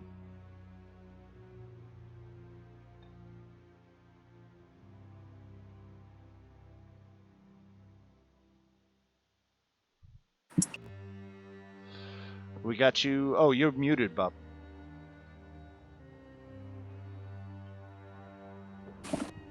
Oh, that was kind of stupid. It was a great conversation. I was so intelligent. I was just saying, so what do I have to do to stop this guy from hurting himself? You could try to restrain him or grapple him. Just a contested strength check. And that would save him or not? Yes. All right. I will do that. I will. And grapple him. Okay, just beat a 4. A strength check? I'm a little kid. There you go. Oh, cool. That was a save. That was a save. You didn't want that. Right? So another one gets saved. Was I supposed to do that or athletics or something? It was close. I mean, I probably would have preferred athletics, but by your dice roll, 13 would have been enough. So. Okay. Well, I feel better with athletics. Right. Okay. And as a bonus action, Tala, you're next because you saved once. I'm feeling okay. Some.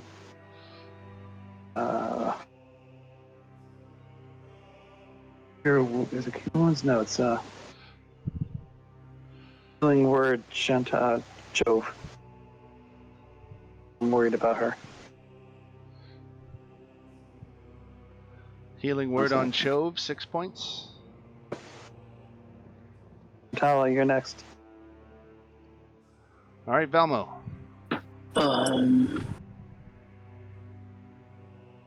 So if I cast Aid, when that gives health, temporary health points, that would bring up Shantala, right?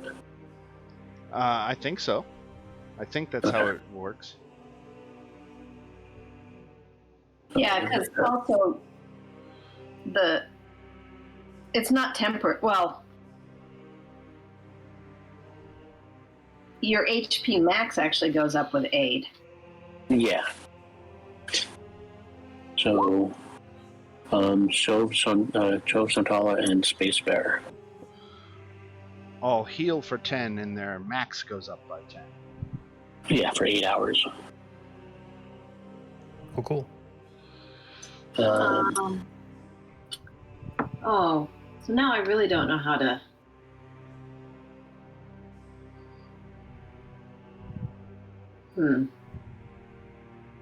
I think if you. Oh, I figured it out. Okay. And for my bonus,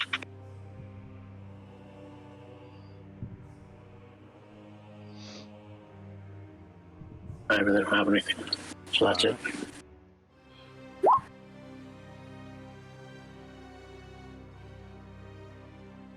All right, Chove is going to attack twice.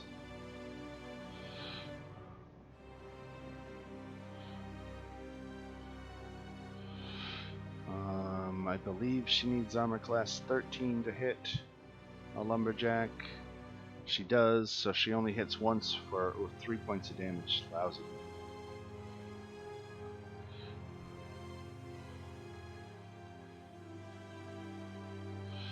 Chove gets hit for 10.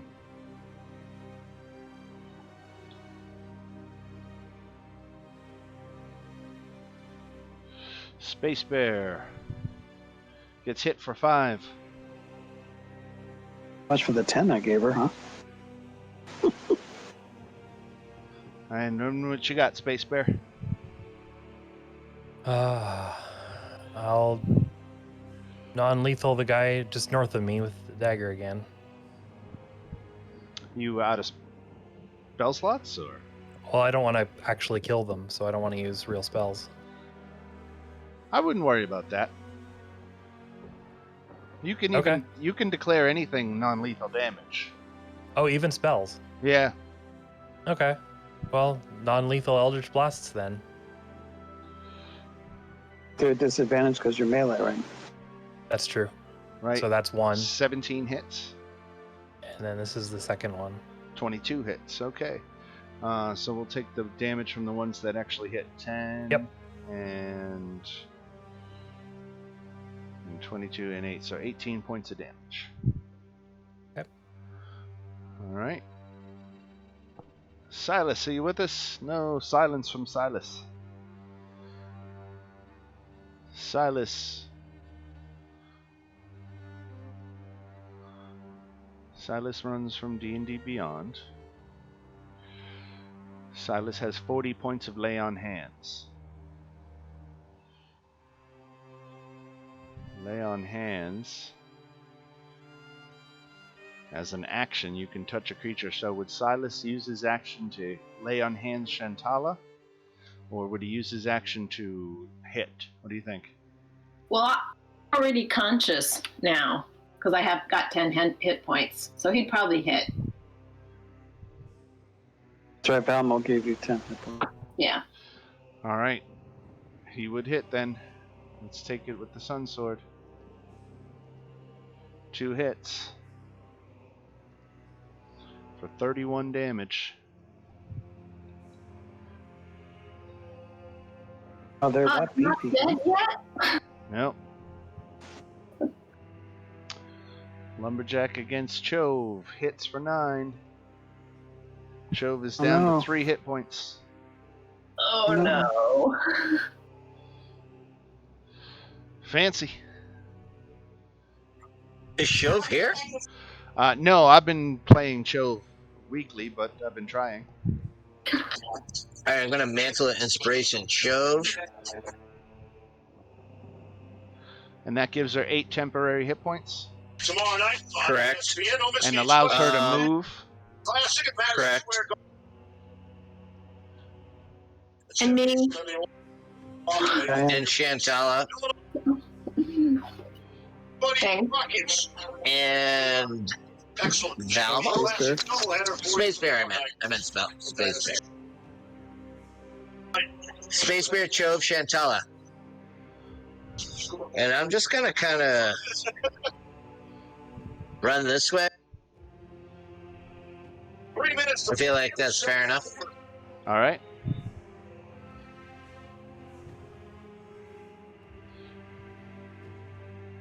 Ouch. Space Bear. 13. Yep.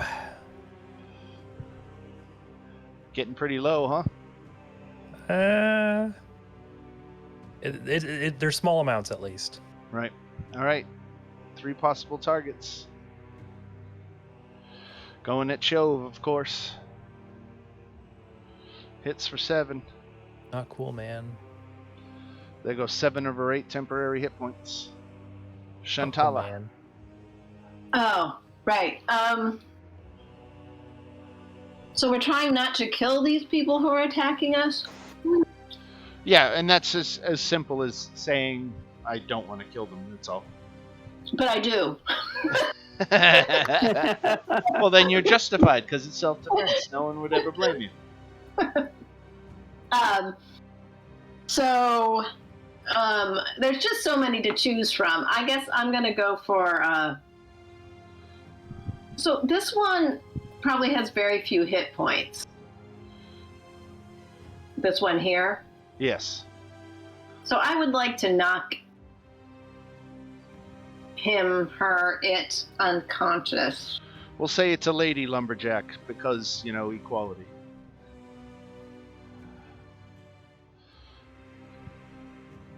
Failed. 17 radiant damage. Had 15 hit points left. So unconscious, not dead. Correct.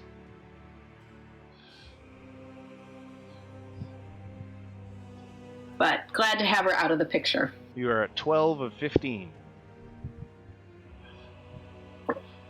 Alright, this lumberjack here is going to chase the group. Well, let's see. He sees Evie all down there by her lonesome. Ah! 24 hits for 8 slashing damage. Militia attacking. That may be the whiskey talking. I don't know. All right, Space Bear, 17 hit. Yep. 3 points of damage.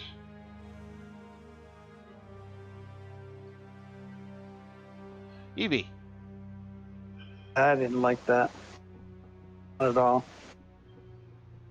But I want to do something else, so I'm going to go over here so that you don't get your opportunity attack, and then I'm going to poison spray this one. Okay. That's Well- different. What kind of save is it? Constitution? It's Failed. 7 points of poison damage.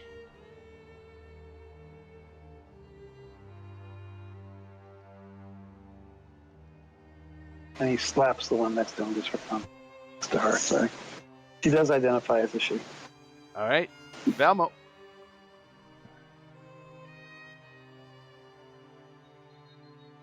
All right. This one right here needs to be saved, or Yes. what?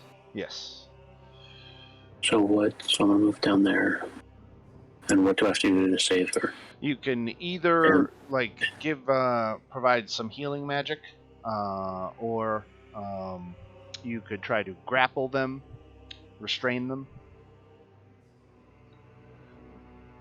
And or that would you be an could accident. hit them and knock them out. They can't hurt themselves if they're unconscious. So if they're grappled, or would they be saved as well? Yes. You could what I did with grapple one of one, them. and then you could move on and grapple someone else. What if I use if I attempt to bind them, would that be the same thing? Bind? I'm not sure what the bind is. Like Hold on. tie them up. Oh, blood yeah, curse of same binding. as a grapple, right? Okay.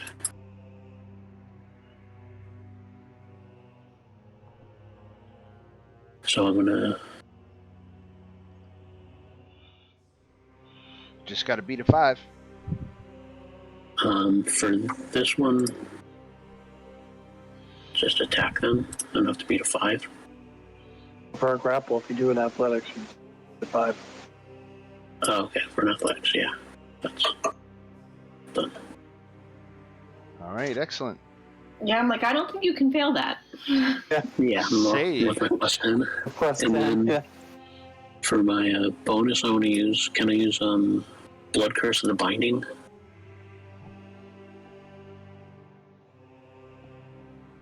What's that do? Blood. It's a bonus action. You can attempt to bind a creature within 30 feet.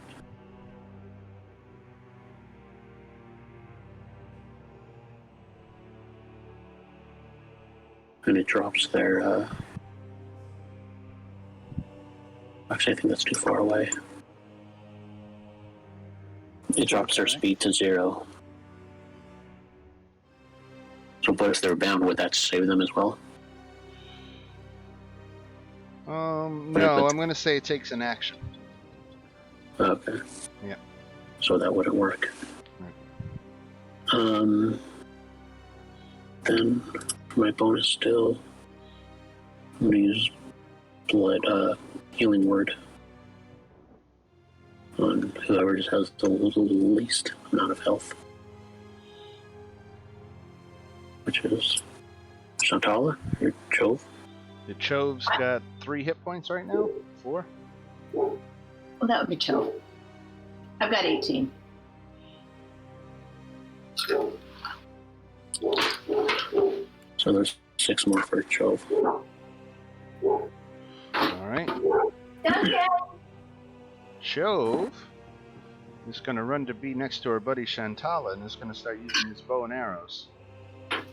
And she's going to attack the one that looks like it's the easiest to take down, which is that militia member who's bothering Space Bear. 2 hits for 14 damage. Another militia member goes down.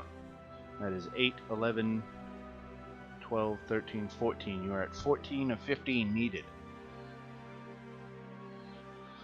Well, the lumberjack here is going to come get Evie into flanking. That's superfluous, but does a 15 hit?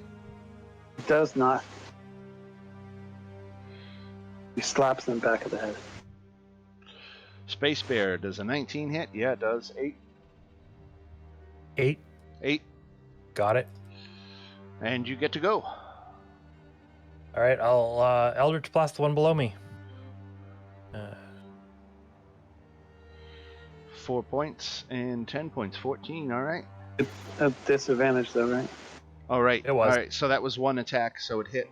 No, I'm running on disadvantage. Oh, right. Yeah, it did. Oh, yeah. sorry. Yeah, it did. Okay, excellent. Silas is still down due to the storm.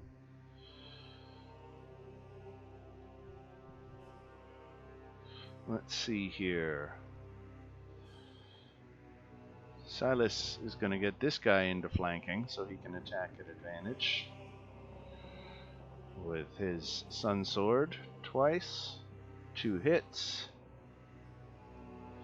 for 34 points of damage. Actually, first hit takes him out. Then he'll step up and direct his second attack for 17 more on this guy.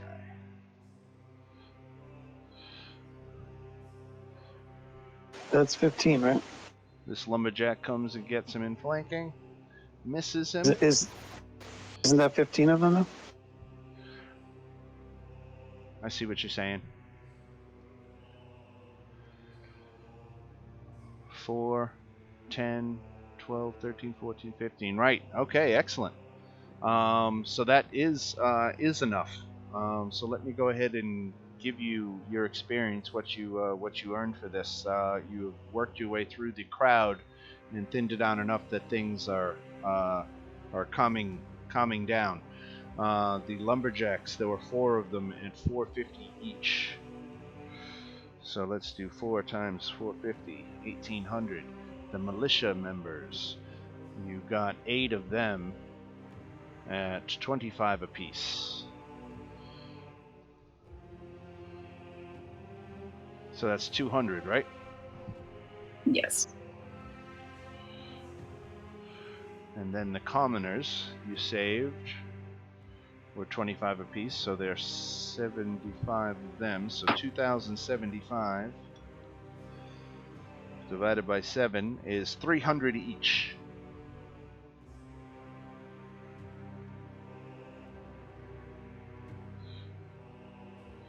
Who knew math would become so useful? Right.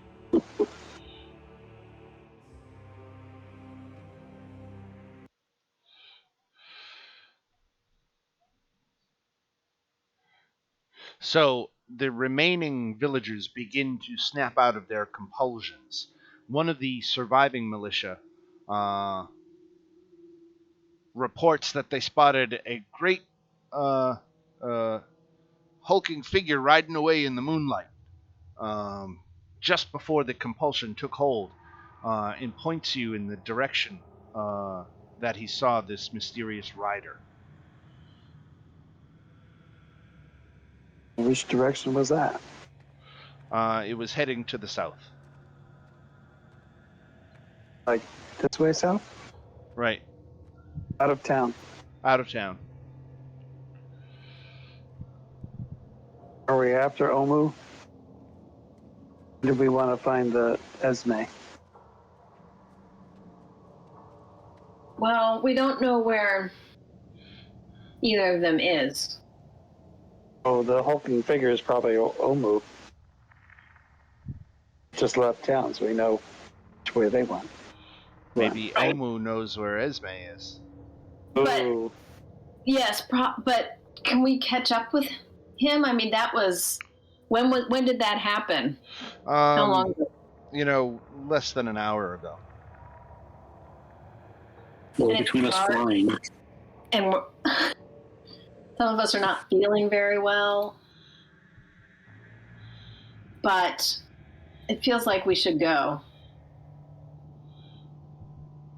That feels like that too. Yep. I'll cure wounds you. Well, I think Chove needs it more. Okay. For sure.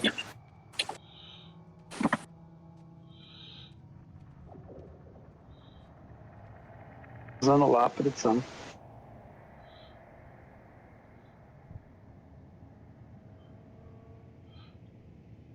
We also have, if we want to save our spell slots, don't we have? Potions of healing. Oh, we have 5. It says, and 3 potions of rapid recovery, but I don't know what that is. And what is a potion of rapid recovery? It gives you, I think, 1d6 hit points every round for 10 rounds. Oh. Oh. Well, that would have been useful during that, wouldn't it? Yeah. Well, I think Chove and I should each take a potion of healing. Just one? And then we'll have 3 left. Okay. But I don't seem to be able to change that number, so. You roll your own potion, right? we're having to take off right now? Don't you think we Oh. should? You know where he went. Yeah, It's I so mean, much I guess, further out. I guess we better not stick around for, well, at least for a long rest then. So if that's the case,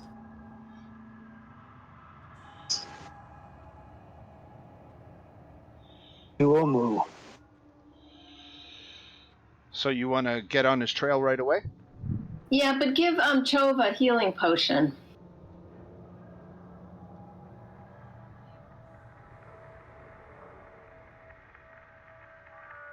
Oh, good job, Space Bear 19, huh?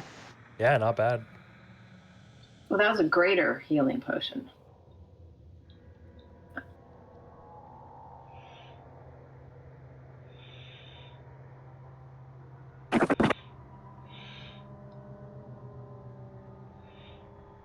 Did Shove take the 8 points from my cure wounds too, or not? Oh, you typed that wrong. Yeah, I did. It should be 7, Right. right? Right. Or no, it only rolled 1. So 8 points from Valmo, was that? Oh, from me. From Evie, right. Okay. Should I count the slot? 8 and 7 is 15 more, so she's back up to 25. How are you, Shantala? I'm up to 28, so that's not too bad.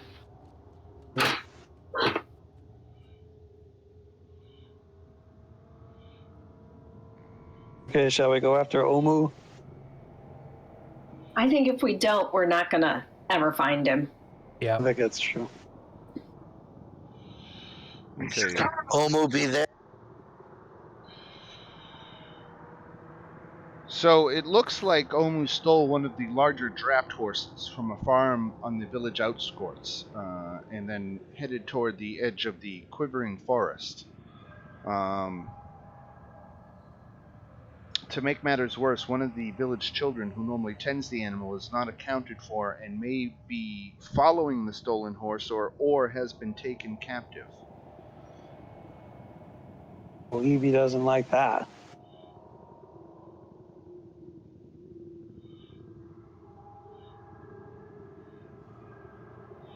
Oh, yeah. Quivering Forest is over to the right, isn't it? Do we know exactly where they went to? Or just the general area? You have found tracks, but you don't know where they ultimately lead. Can Evie and Silas fly up and try to spot them easier? Or He's, I could actually, I could send my owl to look. Or the owl, yeah. he is traveling through dense forest, so it's hard for flying creatures to see through the canopy. Yeah. Well, an owl could. An owl could fly through the trees. True enough.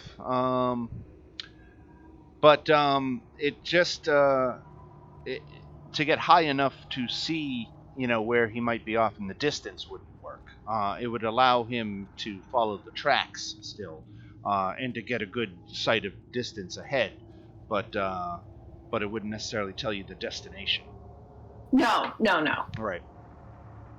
Yeah, but it definitely helps you with the tracking. Well, Chove should be able to track because she's got forest as her terrain. So it says it takes 3 successful survival checks to navigate through the forest without losing track of Omu.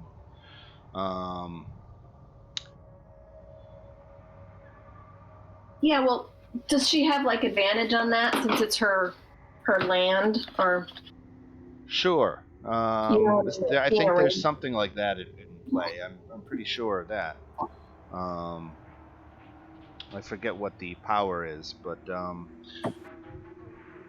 maybe we should wrap 15 minutes early just to give me a chance to read this a little bit closer. I mean, you can see, the flying creatures can see a trail of destruction in his wake. The forest is alive, quite literally, with animated trees grasping and tearing at any creature unwary enough to travel within reach of their branches. So you've literally got the trees clawing at you as you're riding through, except for maybe, I guess, suppose the creatures that can fly can go above. But and I don't want to roll those survival checks without Cho, because that's key to her. Yeah. So I'm thinking I'll just give up 15 minutes tonight. Since Cho, this is really her moment to shine. She's not here for it. We're finally. Plus, I have all my spells. Do you guys want to short rest, or no? You had said you really want to keep on it, which, believe it or not, we don't want to lose him. Yeah, we don't want to lose him. It's actually the adventure says pretty much that you have to leave right away. How it reads is any time spent resting or touring the village increases the difficulty of tracking him. For every 10 minutes spent in the village after his tracks are found, increase the difficulty of all wisdom survival rolls in the beginning of the next section by 2. So if you were to even take a short rest, that's increasing all the survival rolls by 12. Right. And I don't know what their DC 11 to begin with. So I mean, just a short rest makes it DC 23. So it does have a significant impact. So you made the right decision to go after him right away. Crazy man on the loose. Right. Yeah. He's very psychic and very powerful, and kind of broadcasting out. It is his. Imagine a psychic, loudspeaker that is just blaring, and anybody within earshot of it just starts bleeding out the eyes and ears and going nuts. It's like that Do we show know Mira. what type of creature he is? Right. What's that? Do we know what type of creature he is? He is a mongrel folk. Human? Mongrel? Okay. Yes, apparently a very, very psychically endowed mongrel folk. Not a Fae or a Fiend or anything like that? No. No. All right, ladies and jelly spoons. Well, thank you for a good night. Apologies for poor Adam losing his power right through the session, and of course Murphy's Law, right? Yeah. If you're I gonna have to sacrifice him for the Pats win. right. All right, people, have yourselves a great week, and we'll see you next Monday. All right. Good, All right, everyone have a good week. good one, everyone. See you guys next week. All right, take care.